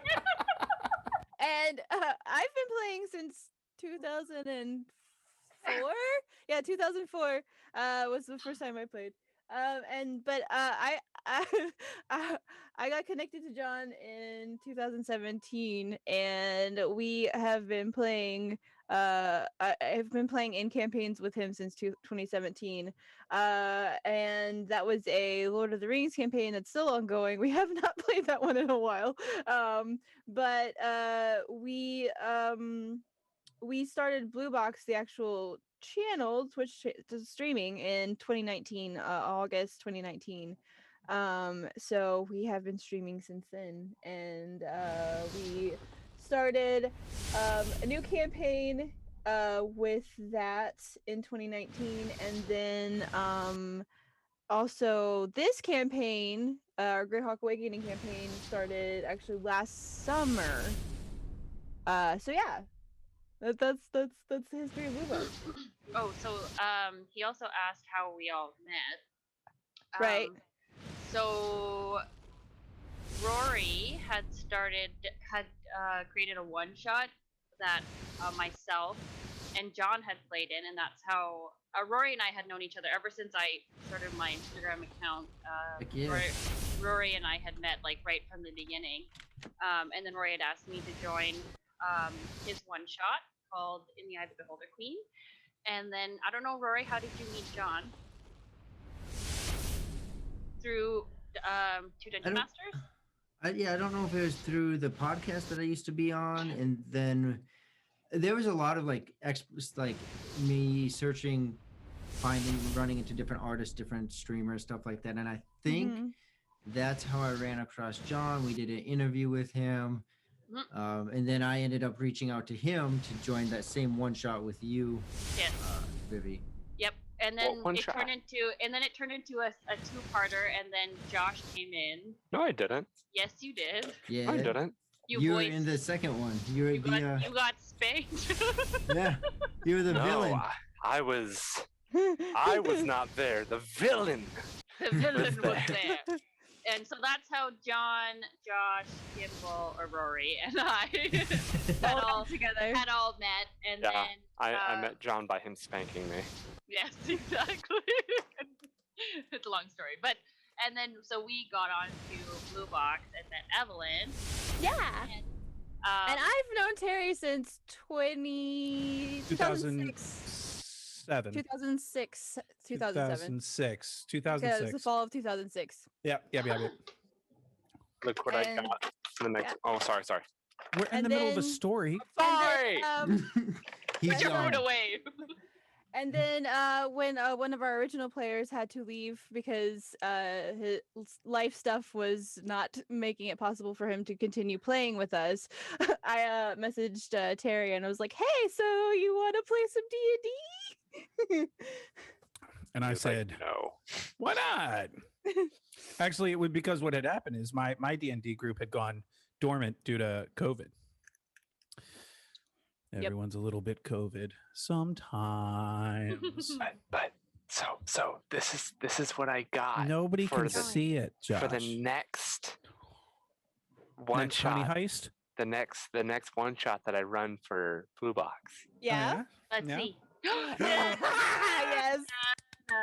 You don't need your hand there. We can see Okay, it. so since John's not here, I have to pack that box up for him with all the stuff. He, Should I he just throw has some? he has the monitor on upstairs, by Yeah. the way. Oh, does he? Yeah, so he can hear everything we say. He Ah, can't Okay, hang So- on. Group chat. Yeah, yeah, Okay. yeah. So That's while why we she's- haven't commented on what Rory did to me and Evelyn so far. Yeah. So Oh, while you mean she this? Yeah. Have you opened Yeah, it yet? open it. Did you open it yet? Careful. No. You're Let gonna me want to put be it- very. open it. Let me put But my you wanna gorgeous shake it- miniature away. You want to shake it first to make sure that it's. Still I'm intact. pretty sure I know what it is by just the hints and everything. No, you got to And- shake it to make sure it's intact. And I'm Yeah, gonna be Shake it, really shake it, annoyed. shake it, Okay, shake it, Gimbal. shake it, shake How it. should I Shake it open real Like a good. Polaroid Any way you want. Picture. Okay. It's not gonna explode. Everyone so- was so on the same literally- wavelength as I was. This is so typical of this group. I walk But you in the gotta room. turn the camera down. I walk in the room with no Yeah. Right, I idea need to what's switch my being camera. said, and I hear you got to shake it until you're sure it's intact. I don't know what's going on with Yeah. this group, but you guys are off the rails. All right, You'll let's see you'll it. like Let's it. see it, Josh. Question: has my video changed a ton? Oh, I'm super white now. Yeah, so you.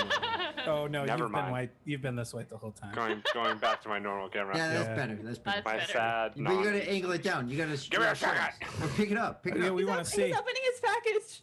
He's opening Everyone his Yeah, check package, open it. Check out Open my up your package, package. everyone. and you've got to open it quickly. Oh, Quickly. this Okay, is- so- Yeah, we don't have much time. We don't have much time. Wait, You just gotta open it. no, I'm 12 going back seconds live. is Here we what go. you got. So they got to see this. We can't do this to our viewers. They got to watch Josh show his package.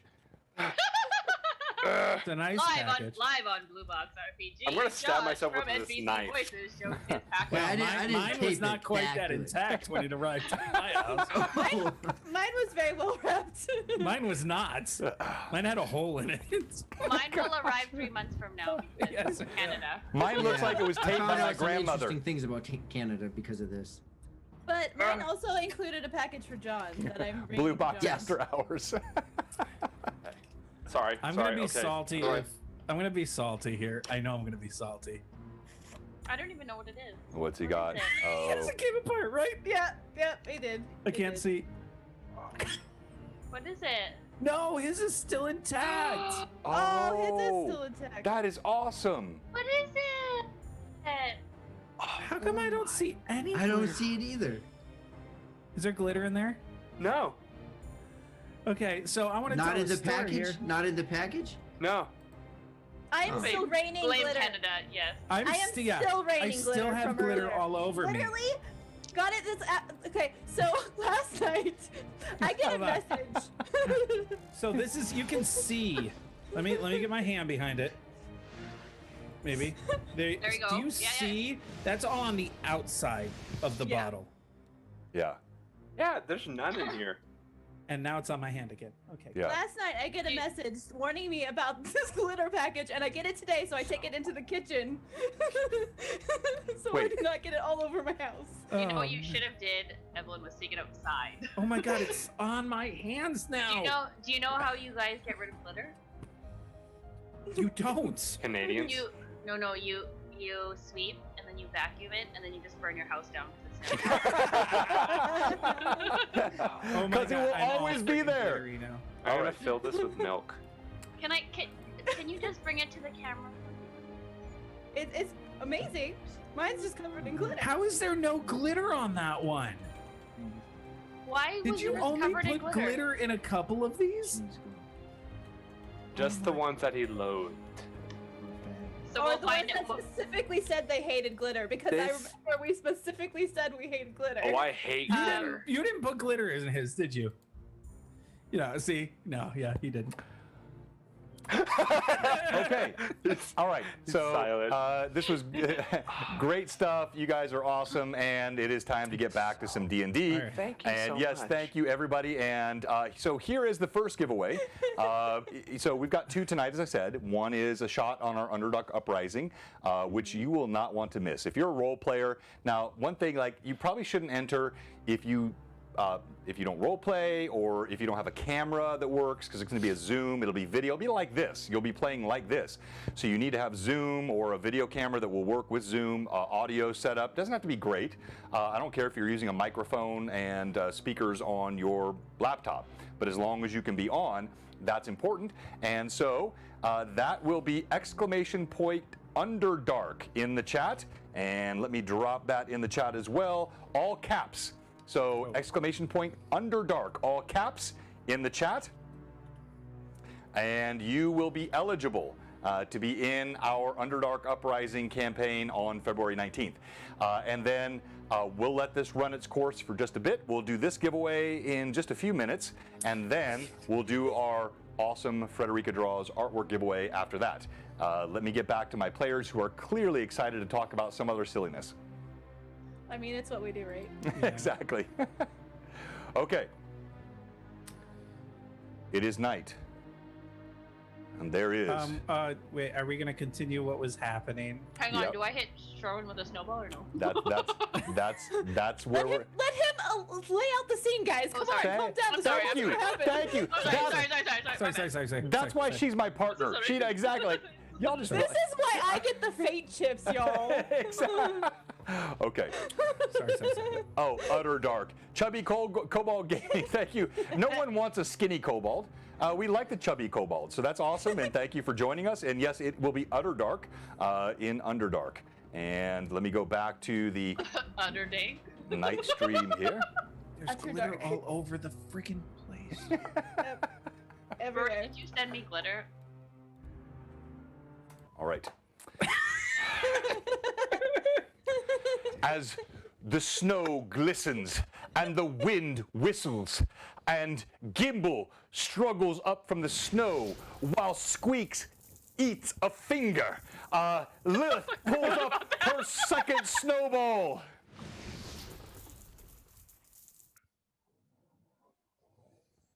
Roll to hit. Okay. Roll to miss. Roll at advantage. At and 20. yes, Take- I'm going to use that. Of course you are. Take out that other eye. Oh my gosh. Oh my God. Put the Okay. cow trip in the center.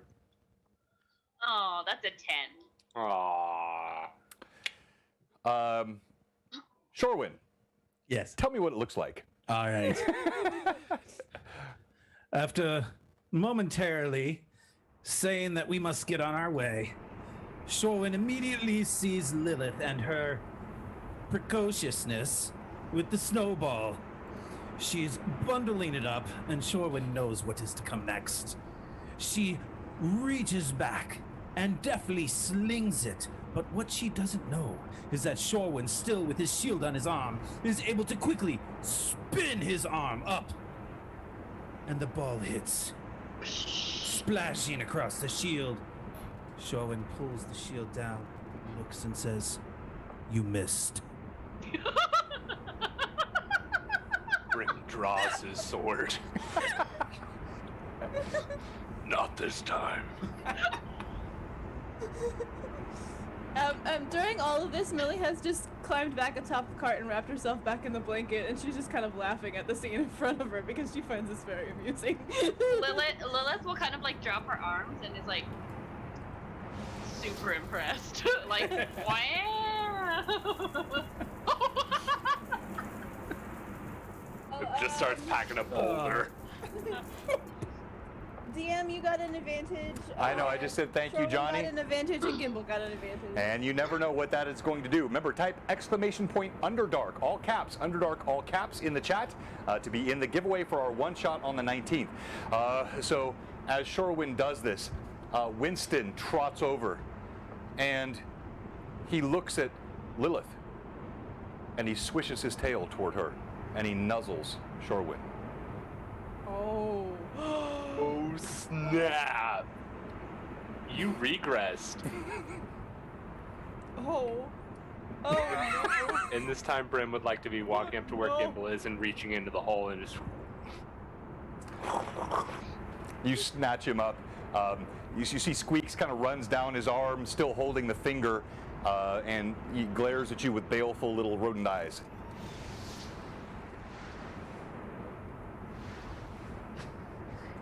Alright. I think I'm with Shorwin on this one. We've got to keep moving. I'm ready when you all are. Yeah, but I mean, we can go. I'm fine with that. It was nice though to not constantly be fighting. So That's a good time. Wouldn't it have been a snowball fight? No? Huh? What is it? Okay. So we would have still been fighting. Oh, Okay. You call it a snowball. That's what this is? Yeah. And like Lilith will kind of bend down and make a couple more, and she'll just put them in her pockets. If you put, like, 8 of them on top of one another, large ones, it's a snow ogre.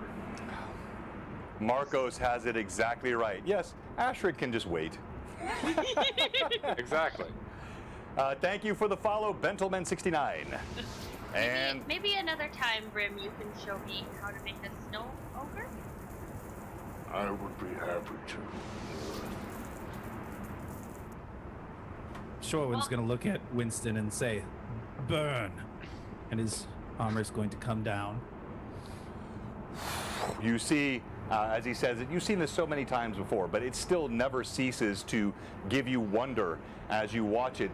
It slides off, and the plates they shimmer down, and suddenly beneath all this armor is just the beautiful chestnut color of Winston.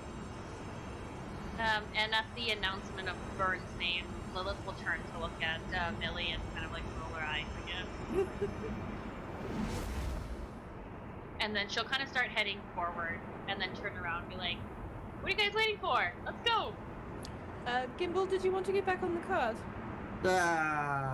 Is it windy out? Is it like bitter So it's- cold, or is it just cold because it's Okay, so I gotta back up here, and I'm sorry because I know I sometimes repeat myself, and I don't want to do that too much, but I think I've mentioned the wind 3 or 4 times, the bitter Okay, chill, I the thought so. cold, and can you hear the wind in your ears? All right, sorry, I'm done. Go ahead. Yes. It's yeah, very cold. So I definitely want to get back in the cart and nuzzle down, get back Under the blanket? Yep, back under the blanket, and kind of So is the blanket over both Millie and Gimbal, or just how's it? Yeah, so working? Millie is wrapped in the blanket, basically wearing it almost like a cape, Yep. I guess. Yep. So it's just wrapped over her shoulders so that she can still hold the reins. So yeah. So as you guys are under the blanket, the sound of the wind, sort of buffeting over the top, it recedes a bit, but you can hear the as Squeaks continues to gnaw on this finger. He gets down to bone, and you hear the scratching of rodent teeth across finger knuckles, the metacarpals, if you will. And as he does so, it is disturbing, but not as cold as it was outside. Millie? It's phalanges, not metacarpals. Oh, no, you're right. Because, yes, Metacarpal. you're right. The metacarpals are Metacarpals here. are here, The phalanges are here. carpals, I knew that. phalanges. Boom, look at that. All right, so. Yeah, the large carpals. Yeah. No, yeah, phalanges, metacarpals, metatarsals, yeah, so that's all that. So, yeah. All right. Phalanges. Let me off. All right, so we're continuing on now. No fate chip. No fate chip for that. All right, so back outside in the bitter cold are Shorewind, Winston, Lilith, and Brim. Lilith will follow behind Brim, using him as a barrier as she did last time. Again, using trackless steps, so you can. She's almost like skipping on the snow. All right. I don't know how much further we want to travel. It is getting to night time, just to keep that in mind as we go. I would like to gain a little more ground since we were stopped ever so briefly there. Agreed. We should put some distance between us and the giant. Who knows if he were to come back? I don't think we're ready to continue that fight. All right. Anyone in disagreement? Or are you guys continuing forward? The wheels of the wagon crunch through the snow. The sound of your footsteps also crunching in the snow as you move along. The bitter chill of the wind, which is somewhat insulated for Squeaks and Millie and Gimbal in the wagon as it jostles along. Winston prances proudly, as though he is daring the cold and the wind and the mountain to do anything to him. He seems to be growing in power and confidence as you move up the mountainside. The wind gets more bitter. The moon sinks a bit lower. It gets quite a bit colder, and I need you all to roll a d20 for me, please. Can we Alright. roll with advantage? You can, and you want a high roll here. Is this fortitude anything, or Oh, jeez. anything having to do with resist elements? No, just I need your base d20. I know your stats on some things. so- 17. 17, okay. 4. I got glitter on mine, and I rolled a 2. It's the glitter. It's the one that. And that's the higher of the 2 rolls. Yeah. That's a 12 for me. That's okay. I got a 4. My other one was a 1. So. I got an 8. I get the highest. As you crunch, I got a 17. Okay. as you crunch through the snow, you feel the chill coming up through your boots. The wagon wheels, the snow is getting deeper. Now they're up to the axle. The horse, the lone horse that pulls the wagon, is struggling. And all this as it's happening, you look up, Millie, and you see something, a bit of rock on the mountainside ahead with an archway. All right. So when she spots that, she'll just point it out to everyone else. I see something up ahead. Possibly a place we could shelter. Looks to be something. Where is that at? And John, with the dark staff of darkness and the 120 feet, I believe, of vision. Is there anything additional that he can see? Yeah, so as you look, and if you look at this angle here, obviously I don't have a full mountainside on my table, but just imagine here. So you've got the rock sort of juts up on either side. You can go this way or this way, but in the midst of the mountainside, there is this snow-capped archway, and you see darkness beyond. And it's a good 10 feet tall and probably 8 to 9 feet wide. As you try to peer with your vision, the darkness is difficult to penetrate, but you see nothing around it beyond the cliffside and the still gently falling snow.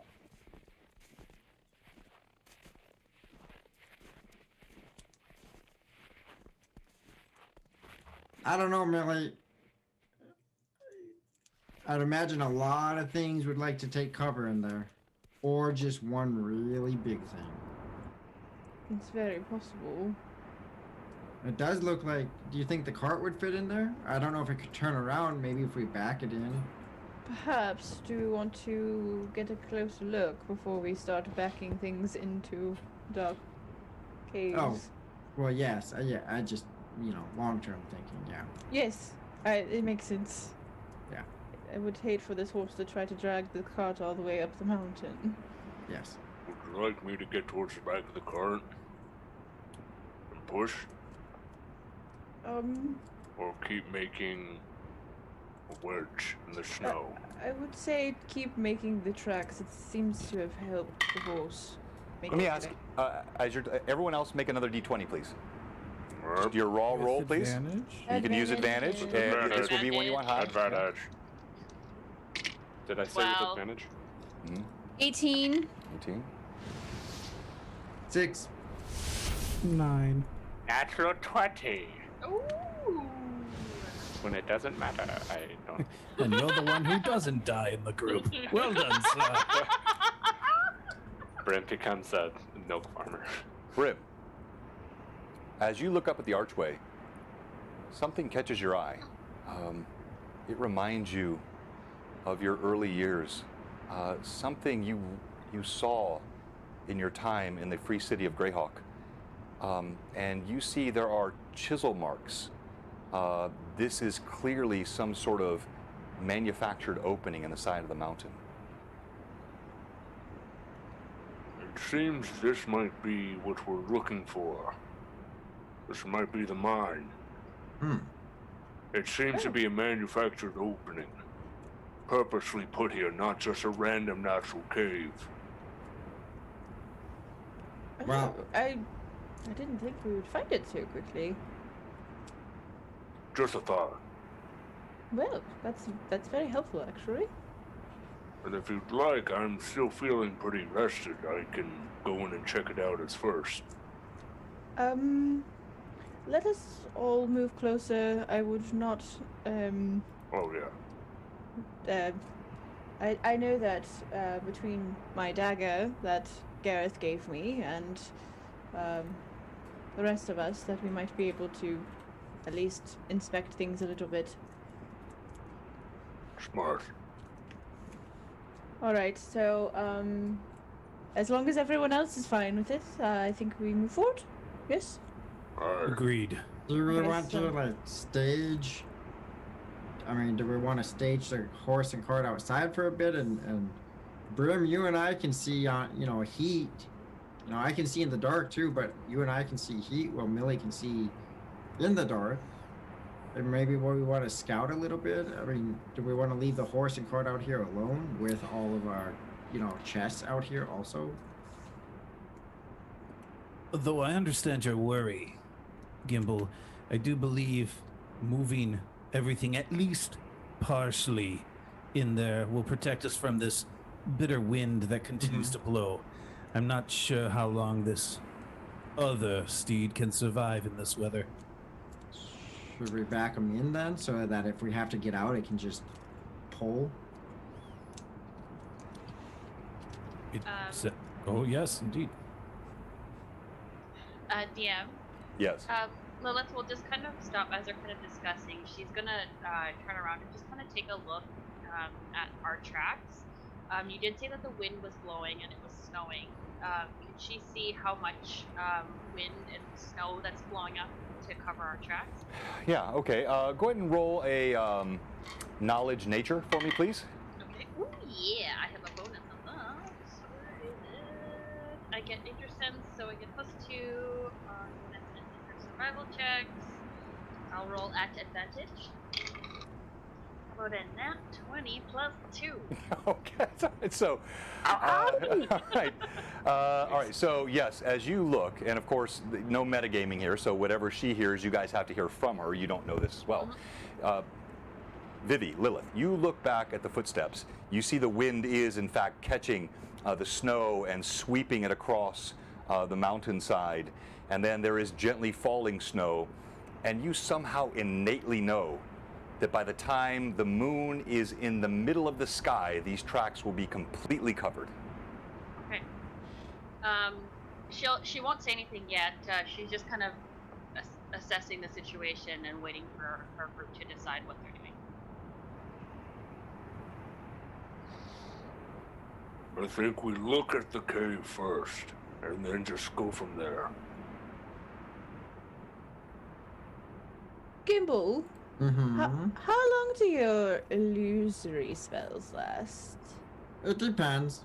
Some very, very quick, and some last a little while. Minute, 10 minutes. It just depends on what it is. All right. Interesting. Good to know. Anything in mind? Well, I was thinking perhaps, though it would probably not be that useful if it's only for a few minutes at most, but covering the hole with an illusion to make it look like the cave had caved in, perhaps. So anything from the outside would not proceed inward, I see. possibly. But Yeah, I mean, I don't.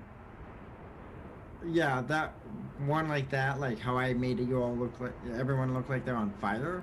Mhm. That one doesn't last very long. So I could make it look like a wall of snow, but it would be a good like, if we see something coming, like that frost giant coming again, and we throw it up real quick to make him, not see it anymore. Maybe there's some humans coming, but it's a quick diversion.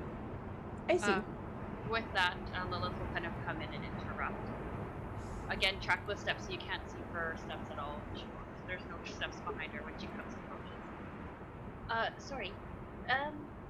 Based on the snowfall and just the way that the wind is blowing, it seems like our tracks would be covered by the time the moon hits halfway in the sky. I think we should be okay if we do go in there. It doesn't look like anything can track us.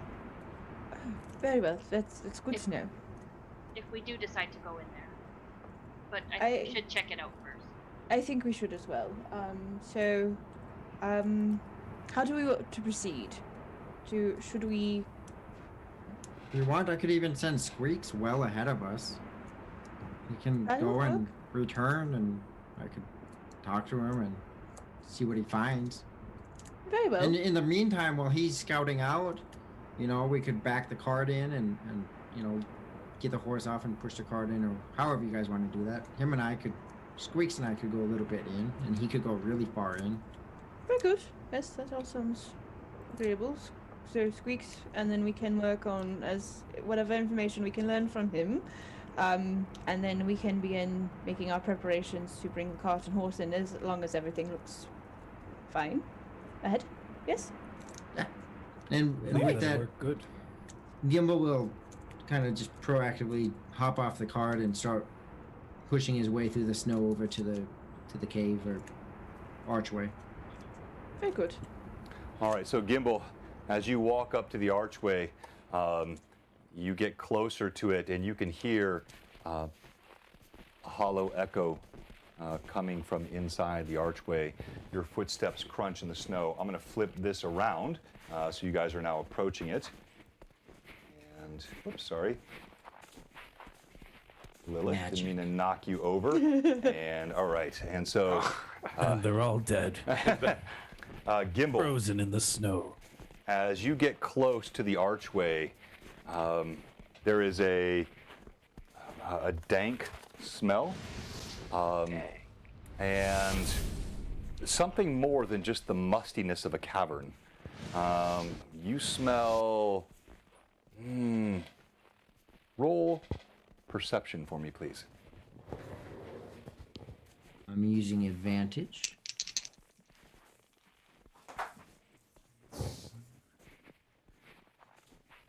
That's a 15.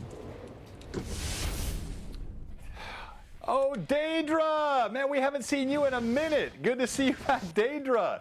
A good friend of ours, was part of the channel a long, long time ago, and good to see him back. I know he's had a lot of stuff going on.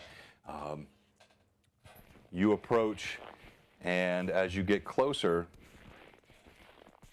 you can't quite place the smell. It's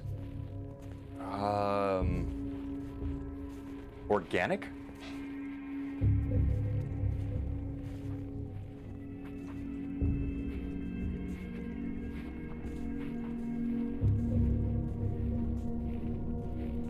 Like wet animal or like musky walls? Yeah, so by organic, you didn't make the save. So it's clearly not just the stale stench of an old mine. It's not just the scent of water on rocks. There is something organic to the scent that comes wafting out to you. Okay. So holding on to his Staff of Darkness, he will gain any possible. You know what? He'll actually just go over to infravision sight, being able to pick up any kind of heat signature. Does he see anything in the cave? All right. So, as you peer into the cave with infravision, you do not see any heat signatures at all. Now, still clutching the Staff of Darkness, and with your natural gnomish vision, thank you for the sub, Stefan Biver. So you can see that beyond this sort of rough-hewn archway is a fairly smooth corridor into the mountain. Okay. So as I had talked about with Millie, I'll go ahead. I'll walk into the first part. You know where the snow stops entering into the cave as the wind dies off. I'll step into that area and crouch down with Squeaks. This whole time having a sense of confidence and assurance as I am holding Squeaks for whatever that might be worth to him. And Thank you for all the Look- follows. Set him down on the floor, and I don't want to. I will use my ability to cast Speak with Animals, and so I'll set Squeaks down, and he'll see my hands slide against each other, and against my cheek, and against his cheek, and he'll purposely, very purposely, doing the arcane hand gestures in front of Squeaks, and then casting Speak with Animals. Squeaks, carefully, you are the more skilled, perhaps, here to be able to look a little ways into these caves. Will you scout and make sure it's safe for us a little ways and come back and tell us? Lily should be able to understand you when you come back. So Or you have felt this empathic connection growing with Squeaks as you speak to him with this spell in place. You don't see, he doesn't audibly speak, but there is a slight and just the faintest glow to that disc that is embedded in his head, and you feel him inside your mind. And it is not so much a word as an emotion, a sense of agreement and assent. Yes. Thank you for the sub. Oh, Ancient Gamer. Thank you, sir. Phone a deity. So you see he is willing.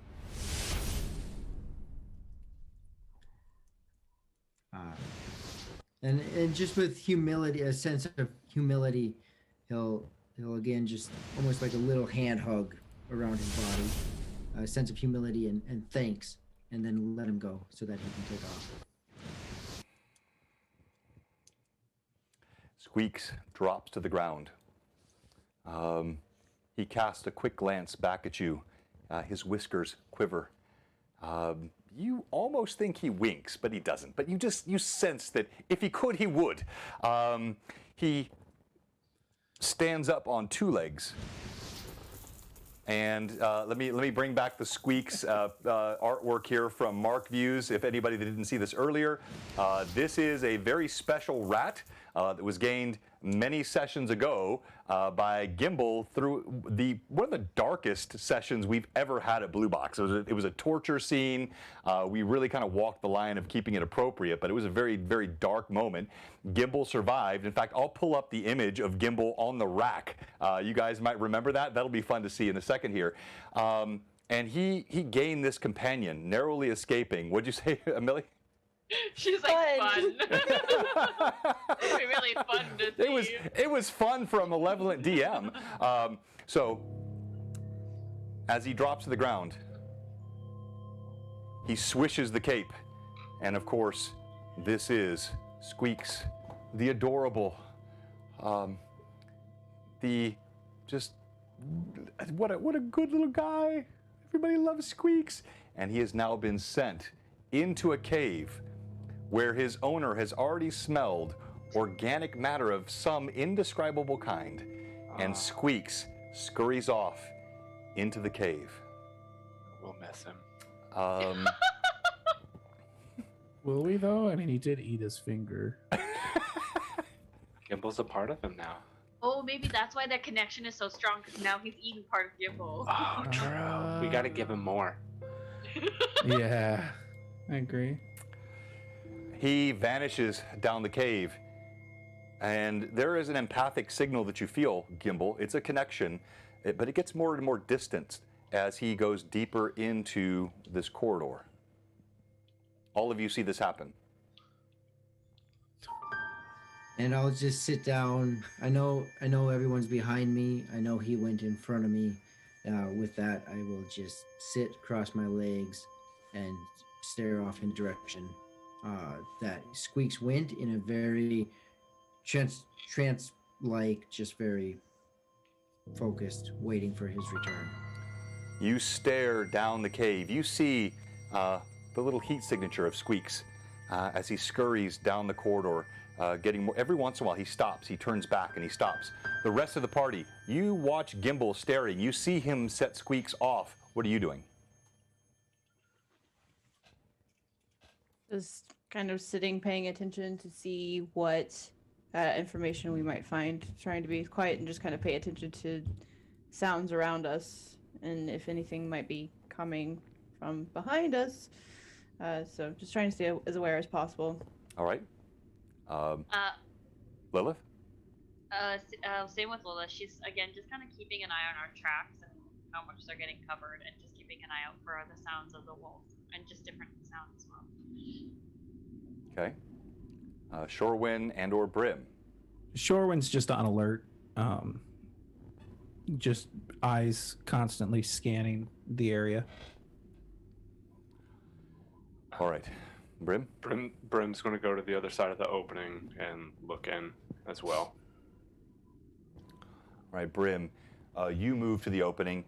You again, you smell, you look up, you see those chisel marks that you spotted earlier. This is clearly an artificial opening inside the mountainside. And you see Gimbal down right by your side, peering into the tunnel as Squeaks recedes.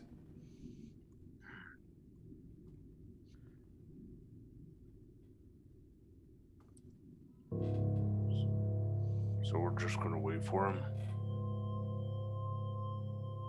I would imagine that would be the best approach.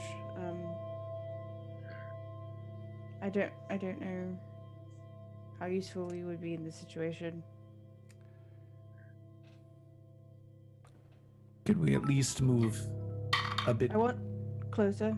Yes. Yes. So Millie will just kind of urge the cart a little, like as close to the cave as possible without like pulling into it. Okay. All of you move closer. You see Gimbal, his eyes are just trained inside. Gimbal, it gets to the edge of your vision, and you hear. We're gonna do our giveaway now. It is not. We're not done. We're not done. Don't leave us. We got a lot more gaming to go here. This is not our end. But I have 2 giveaways tonight, and so this is giveaway 1. So don't leave us.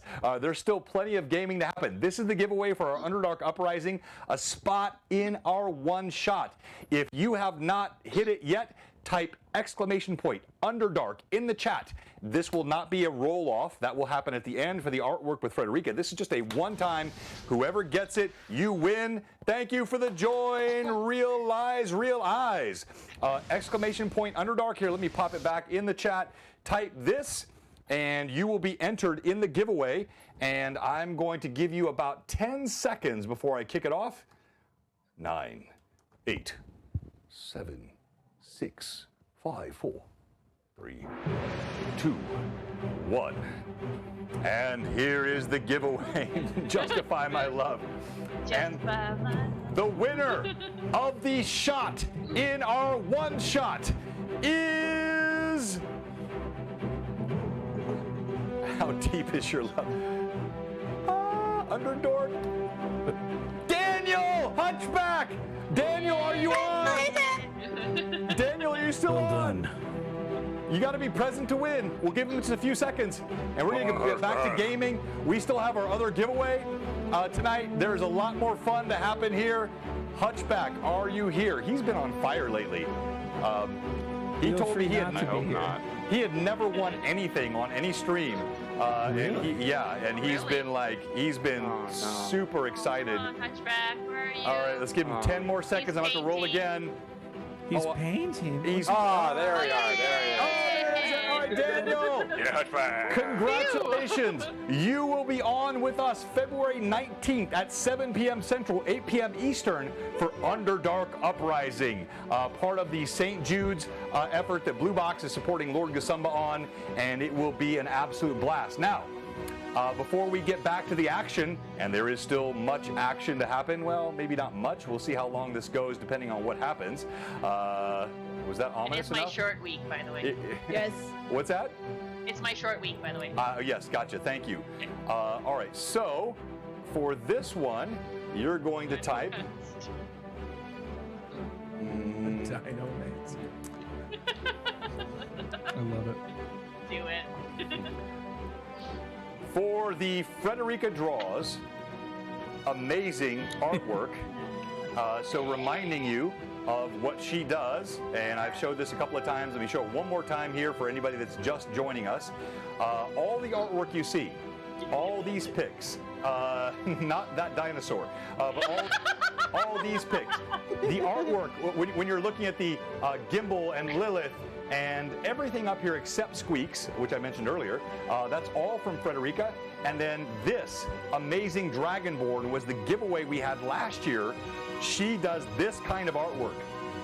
So you type !art with a capital A in the chat. More dinosaurs. No, Troll Lord! Type that. Not all caps this time. I'm making sure you're listening.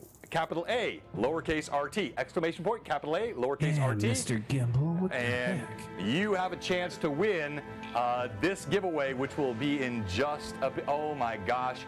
So, Lilith, can you tell everybody what that is? It's called Regret if it shows up in our stream. I painted this for John. It's a fire giant because he told me he does not have one, so I painted one for him. I got stone Hopefully- giants. I got hill Hopefully giants. it does not show up in our stream. I got Thank you so much. I got stone giants. I got lots of stone giants. Hill giants, frost giants. Thank you, ton of stone Manda. giants. I got another frost giant. I don't have fire giant. Yeah, I got a lot. Or but no, dinosaurs.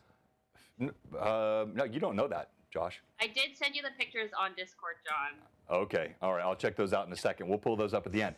So, thank you, !art, if you want a chance to win this, and now we are back to the What John action. said to type. ! What John said to type. Oh, I'm so happy to have him in the community now. I know. All right, and back to our night view here, and Gimbal, as you are peering in, you hear,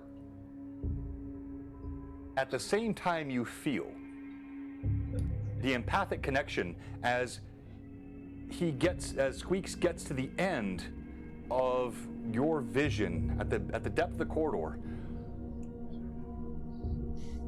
You feel a sudden terror, and then you hear a squelching sound.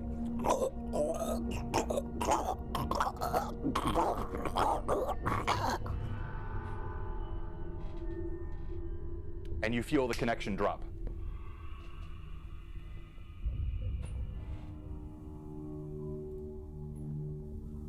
So you remember when Brim fought was it Three Trees? Yes, it was Three Trees. No longer. So similar type of role, and I don't know what it would be. So everything from Gimbal's death, time well dead, and his torture. Being the reason I went into that very trance-like focus is because all the emotions inside are otherwise chaotic, and now everything has said that Squeaks is dead. So I don't know, like rationale roll, please. Are you talking about Gimbal's sanity? No, not like sanity, but like he's gonna charge in if he can't control himself. If he can't what? Like his friend is. Oh, if he can't control If he can't like control himself. Okay, so let's, you know what? I mean, normally that would be a wisdom check, but I don't even know if that's fair. Like, is it necessarily unwise to charge in after your friend? I'm gonna have to tell you to roleplay this. There is not a roll to be made here, R-O-L-L. It Okay. is R-O-L-E, what Gimbal decides to do. So feeling this again, he's sitting down, going cross-legged, staying composed, reciting to himself little chants, watching, and the light goes out, and the dark, and more darkness sets in, and he grabs onto his staff, and even in the darkness there is just everything's gone. Everyone behind him fades, and then a voice kicks in from when he was being resurrected. That voice of Brim, and Gimbal will yell, "Brim!" and he takes off going forward. And right as Brim sees his friend, he's like, and he's just going chasing after him. All right. So what? you see, you're all standing around. You don't know exactly what's happened. You're watching Gimbal staring. Suddenly, Gimbal shakes. He quivers. He stands up. He screams for Brim, and his little gnomish legs scurry into the tunnel. Brim ducks down, barely scraping the top as he leaps in the tunnel behind him. I am going to set up the tunnel. As I'm doing that, I need to know what Lilith, Millie, and Shorewin are doing. Shorewin's gonna see both of them run. He's gonna say, "Damn it!" Jumps off of Winston and rushes after the two numbnuts. You can't see in the dark, dear. Doesn't matter. Good luck. I don't think this is what they meant. She's gonna look, Lilith will look at Millie and say, I don't think this is what we were supposed to do by checking out the cave first. I don't think so either. But if they're going to go charging in there, we should probably get the horses at least inside. Are we Um, going to try to back them in first? um, I don't know what to do. The horses, so like you can see, you're close enough. While the opening is wide enough, it gets quite a bit narrower once you're inside. right. John, Yes. remind me something. I believe, maybe I'm wrong, maybe I'm misremembering, but that sword that I was given by Burn, Right. it was a +2, but didn't it also have cast light once per day? So as I'm rushing in, I'm using the sword to cast light. It did, and well remembered, sir. I Nice. wondered if you remembered that. Okay. Oh, never mind. That's all taken care of. All right. So as you all go running in the hallway. So again, let me have order. So we have Gimbal is first. We have Brim sprinting behind. Barely fitting in my corridor here, Brim. You talked about the opening of the cave. I thought you said it was like 10 feet 10 tall. feet. It is, but I said once you get Oh. inside, it narrows down. So Gotcha, it was a larger opening, but then it goes to about a 6-foot wide and about 7-foot tall corridor inside the mountain. Still hewn fairly neatly here, but not nearly as big as the opening of the cavern into it. So it goes like this and then gets narrow. And- Lilith will run to the opening. She won't go in, but she'll just run to the opening and yell, "Panther!" Ugh! And she'll kind of turn around and look at Millie. Well, I suppose then we should go after them. This just seems very... Why is everyone charging off all of a sudden? That's my job. This is not fair. That's what I do. Let's go. Okay. So I'll just at least try to coax Winston and the other horse as close to the mouth of this cave as possible. Okay. Hopefully Winston is, appreciated the rescue there enough for him to listen to her at least. All right. So you leave Winston out. You try to usher some sort of command into his Please, equestrian mind. Follow me, dear. He doesn't have the connection he has with Shorewin or even Right. with Lilith with you, but he still does like you, and he is a very, very smart horse. So you sense there is some sort of acknowledgement of what you have said, and you all go rushing down the pathway. So we have, in order, let me make sure I have this right. We have Lilith. Sorry, Lilith. We have Gimbal. We have Brim. We have Shorewin, and then we have Millie and Lilith, right? Yes. Lilith. You had one job in this party, exactly. All right. As you run down the corridor. Oh, and I have my dagger in hand that gives me actual dark vision. All right, so I'm going to switch the view here. So it is dark inside here, but you have the illumination of, you got infravision for some of you. Shorewind has, his sword has flared and created light in the room. So I'm going to switch that up, and I'm going to go to my cam here, and everybody strap up. We still have our giveaway, exclamation point, capital ART for that. And let's see what has happened. Squeaks, squeaks, squeaks. Sending him in It's here. what's for dinner. All right. He just couldn't put his finger on it. Yes. As you sprint down the corridor, as I said, this corridor is, it's more well finished. So this doesn't look like just sort of the rock surface. There is some cobble, some ancient mortar on the walls. There is clearly, this is a mine. You can now tell you are in the right place. But as you rush forward, you see the pathway continues here, and this is right about where you lost sight of Squeaks. So if you can see on the screen here, you're coming down this corridor. Here was the mouth of the cave. Now you're sprinting down the corridor. You see a pathway that moves forward here, or it moves off to the left. You did not see what Squeaks did, but as you're moving forward, you hear this squelching sound I referenced earlier. It's now quite audible. All of you hear it. Is it tellable? Is it distinguishable if it's coming from straight or the left, or is it kind of just everywhere? Roll perception. Advantage? You should, yep. That would be 27. It sounds like it's coming from straight ahead. And now as you're looking, you actually see Squeaks, his heat signature dim, and he's churning about in midair. Oh no. Oh, well, I'm gonna run. Gonna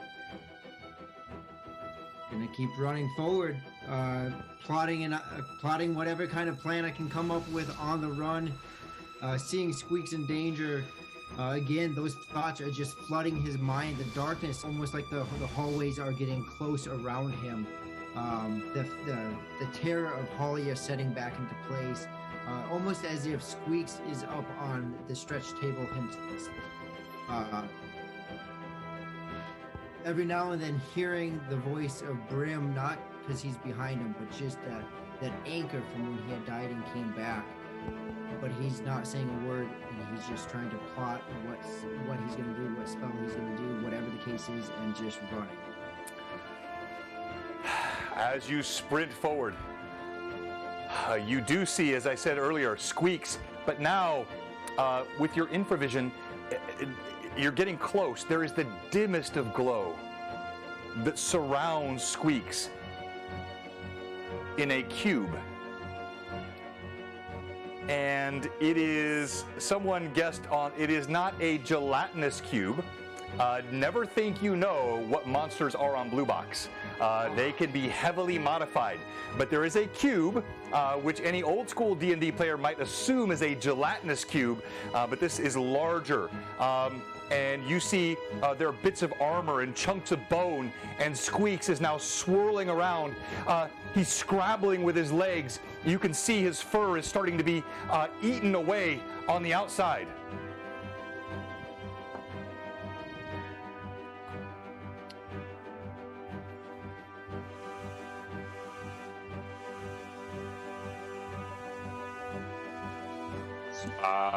If we're waiting for someone to do something, then Brim, as they're running, as he's seeing the space becoming more and more confined, he's going to look behind him and see that the rest of the party is following and just be like, Stay with Gimbal.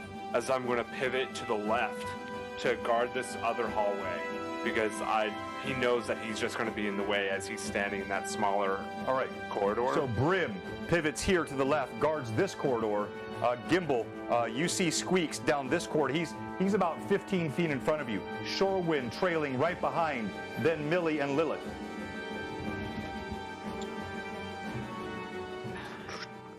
Do I have any idea what this is? Other Okay. than a big. Yeah, so thing. let me have you roll a d20, and let's make a knowledge check. Actually, this is such an awkward thing here. This would be unlike. I'm gonna go Arcana, knowledge Arcana, please. Okay. Advantage. A dirty 20. A dirty 20. Plus 11 to Arcana, knowledge. Arcana. Yeah. So you know well about gelatinous cubes, but what you see ahead of you, it does not have the normal undulation. There is a green tinge. There's very little heat signature being given off, and you remember reading something somewhere about the baleful cube, but you know little about it. You said earlier that I could see that Squeak's fur was starting to Yes. be affected, though. Yeah, almost like it's being digested. And does this take up the majority of the corridor, or is it like Yeah. size-wise, proportionally? Is it No, huge? it actually takes the whole corridor. Now that you can see it, it takes the entire corridor. Its sides actually scraping against the cobbled stone.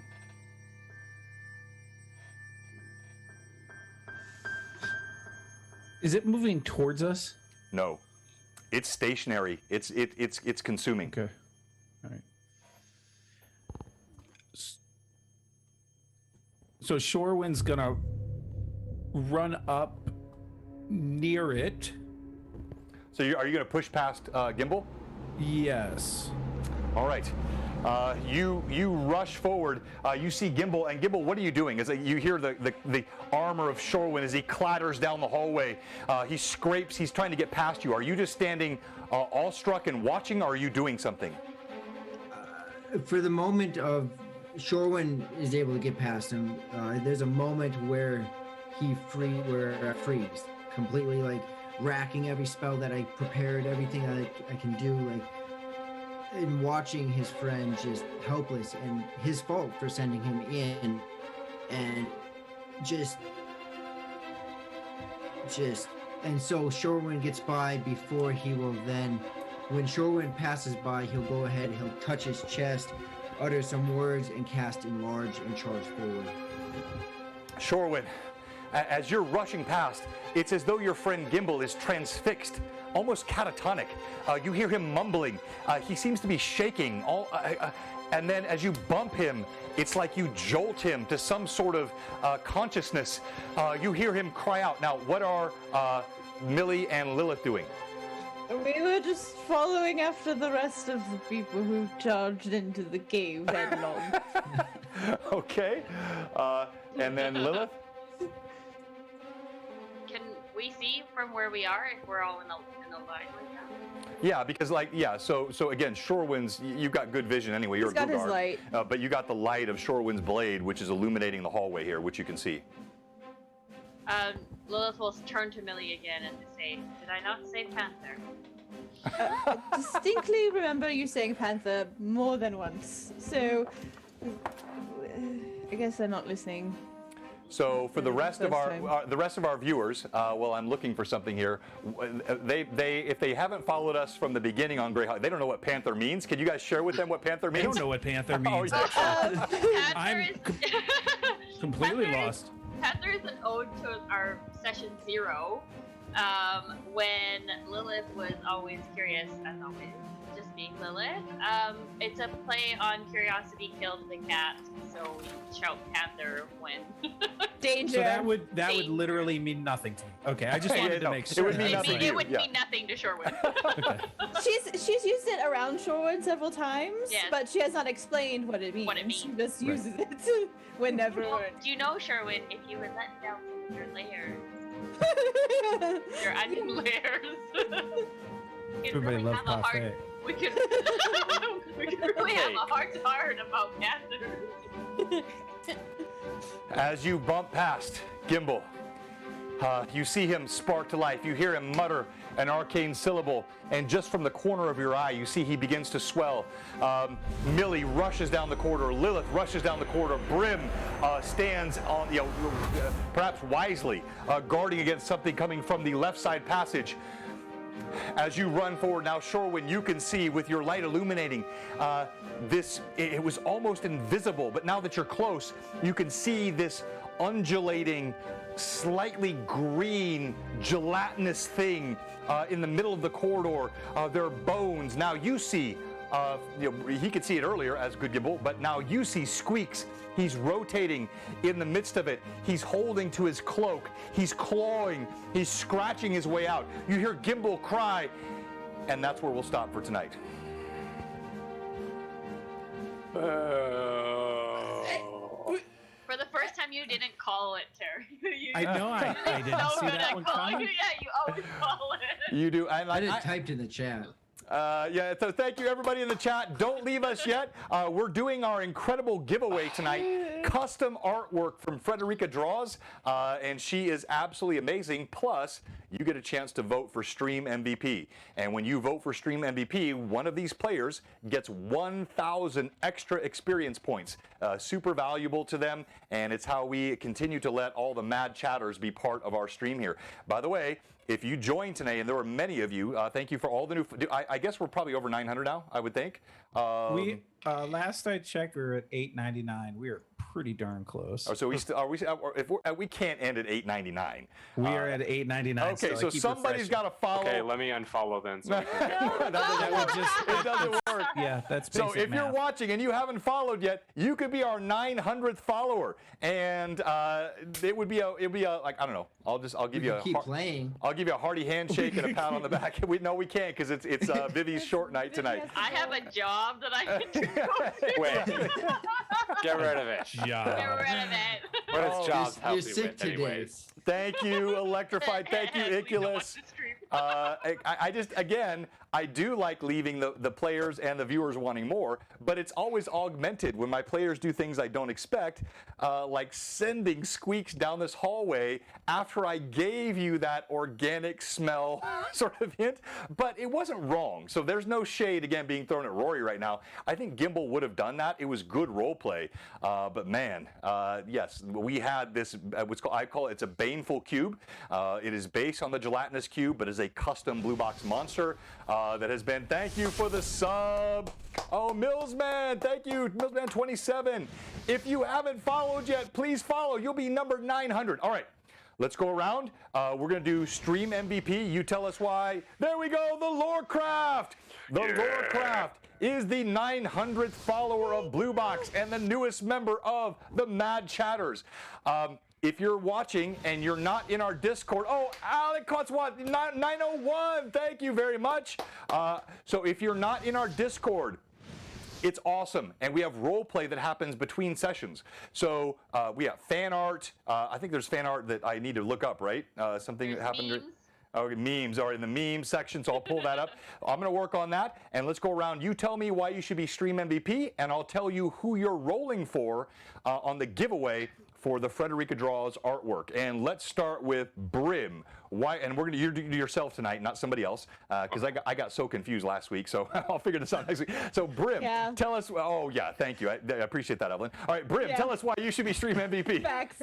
Okay, Brim should be Stream MVP because he was scoring some nasty damage in that fight with the Frost Giant, finally able to hit stuff and deal some disgusting damage with his lovely blade. He was able to speak giant at least once in the session, so that's cool. He was able to kind of continually make that trudging path in the snow for the cart, as well as someone actually missed him, and with a snowball though. And so he's able to dodge that, able to pick up Gimbal, take care of him and all that. But then once we got to the cave, he stayed up with Gimbal, and he ran in after Gimbal because of the buddy system that had been talked about by the party weeks before. And yeah, and then he stepped to the side because he did not want to block up the path, because he's not a dumb ogre. He knows basic strategy and fit, and so he knew it would be the smartest for him just to get out of the way. Well said, and it was great role play tonight as always. And I love the giant speak, and I'm sure at some point it's really going to work for you. I hope. Yeah, just keep after it. You never know. So you will be rolling for. Here we go. Yes. Johnny D. Fox, our newest sub. Well, not but tonight, new follower, new sub, super active in chat. Congratulations. So you haven't won yet. Don't get too excited. We do D20 roll-offs here. So you are one of 5 possible winners of this artwork from Frederica Draws. And you will be rolled for by Josh. And since you're a sub, you get 2 D20s. Any sub gets 2 D20s. Millie, why should you be Stream MVP? Well, first of all, I started off with my most impressive parry and riposte with 2 natural 20s, darlings. And then I did the smart thing and disengaged from the giant to recompose myself and was able to save Winston from nearly dying, or at least losing a limb, to the giant's slashing of the axe with my dagger. So, thank you. Thank you. Bravo. Millie getting back on the cart and just enjoying the sight of all of her friends kind of having some fun, being a little chaotic in the moment, and then kind of being very confused by realizing she was not the one to go charging in first after something. Like, hold on a moment, I'm not used to this. And just the little bit of roleplay in there. Yeah, fantastic job. Well done tonight. And you, Millie, will be rolling for Set Monkey! I got to it! Let's go! And a longtime viewer, Chris, is awesome, and we appreciate Chris. He's been so consistent. I'm assuming you're still on, Chris, so we'll watch to make sure you're still here. Yep, he is. He said he's already. We got a woot. He was super quick. All right, so he's in the mix. Let's go, Lilith. Why should you be Stream MVP? Lilith should be Stream MVP for just playing very true to her character. She's from the Vespes Forest, in the middle of Vespes Forest. She's never left anywhere before, so everything is always new to her. So snow, everything like that. Playing true to just her curious nature. Casting heat metal on the giant, therefore can help get them to leave. Continuing a snowball fight. I feel like Lilith is very playful in that way, where she, although very serious, she still tries to keep a playful tone in her group. Especially Terry, she's bound and determined to peel those onion layers, one layer at a time. And risking, and throwing the snowball at Sherwin, risking her relationship with Winston in order for him to drop his guard. So I took a swish flick tail in the face. She brought the heat. That is, wow, okay. Well said. Also, just an ode to Session 0, bringing back our Panther quote or saying or whatever. Oh my gosh. Wow, shut it down. Well played. All right, so Lilith, you will be rolling for Robert Phantom MJ. All right, Robert, I know he's here. You're in the mix. Why should Shorewin be Stream MVP? Well, sir, that's quite easy. Where shall we begin? First, there was the glorious attack on the frost giant.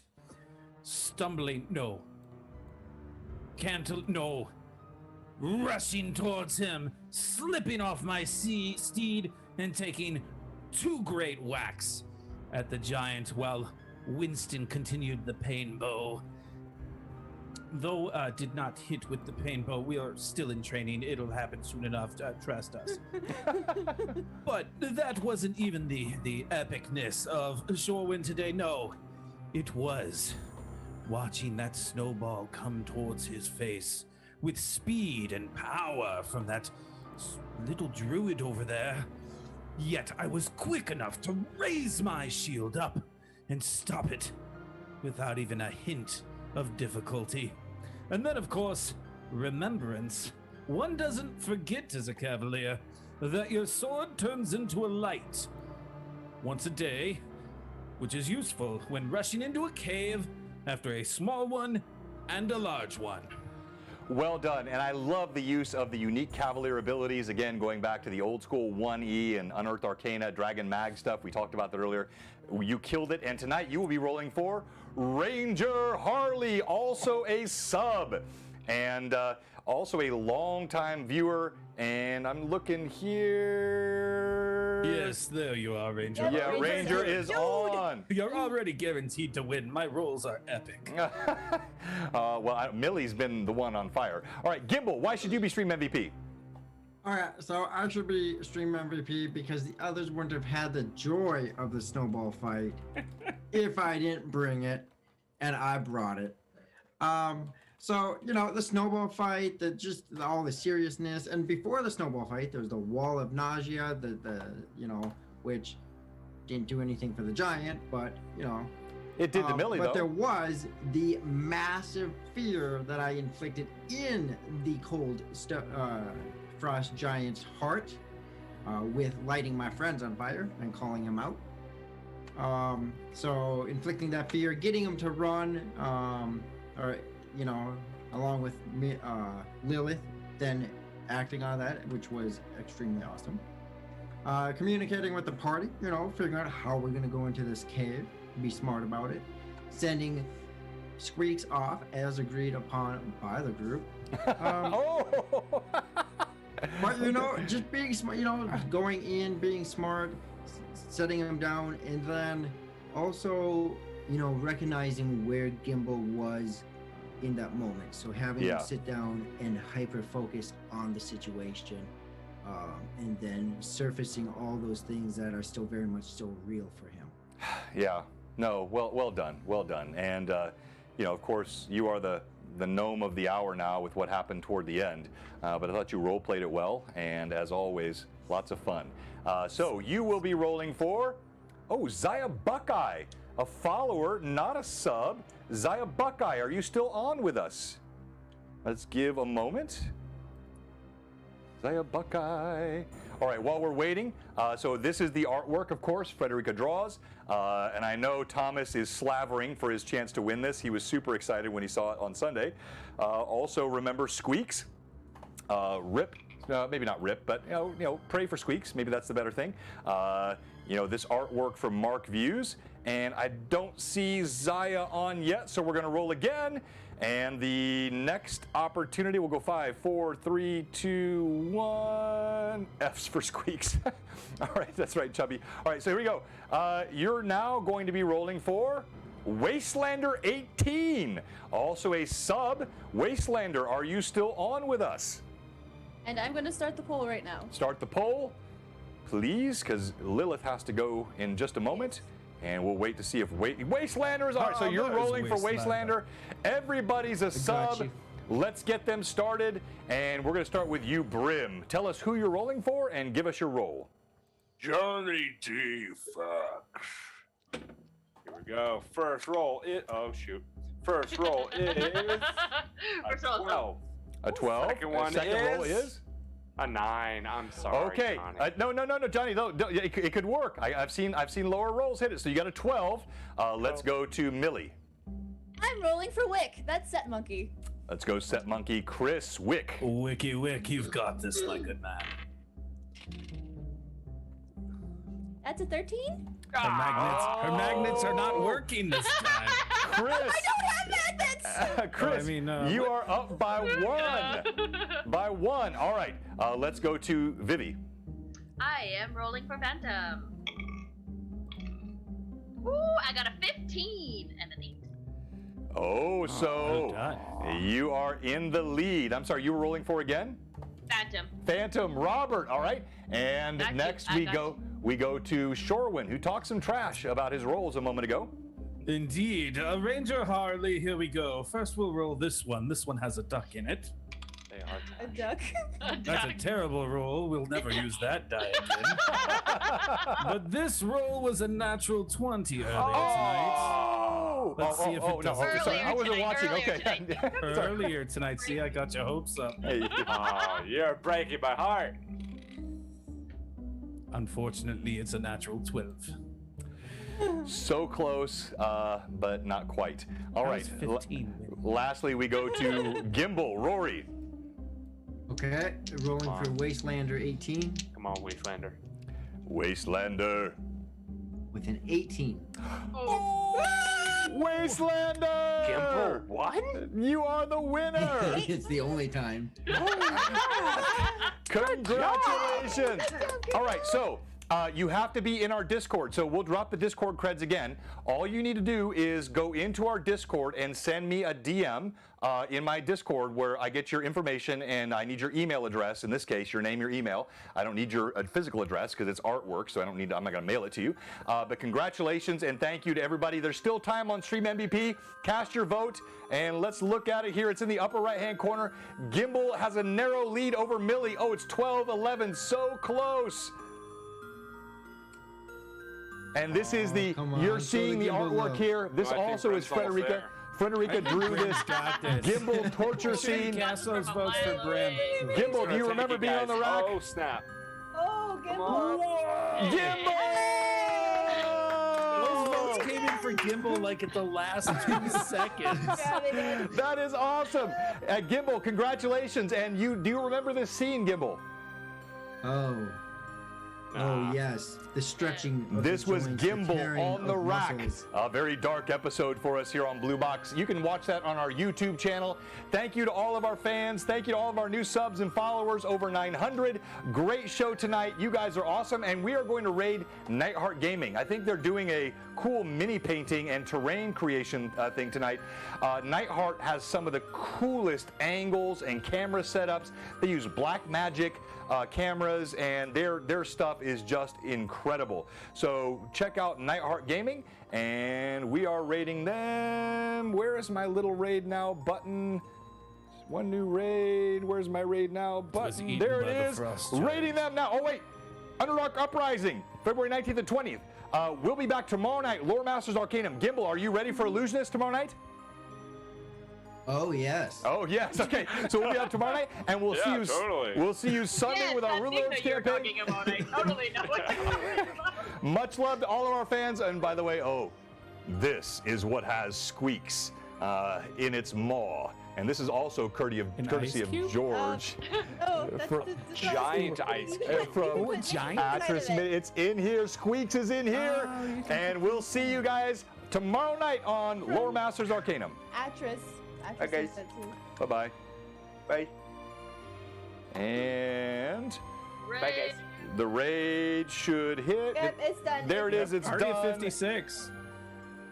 Nice. And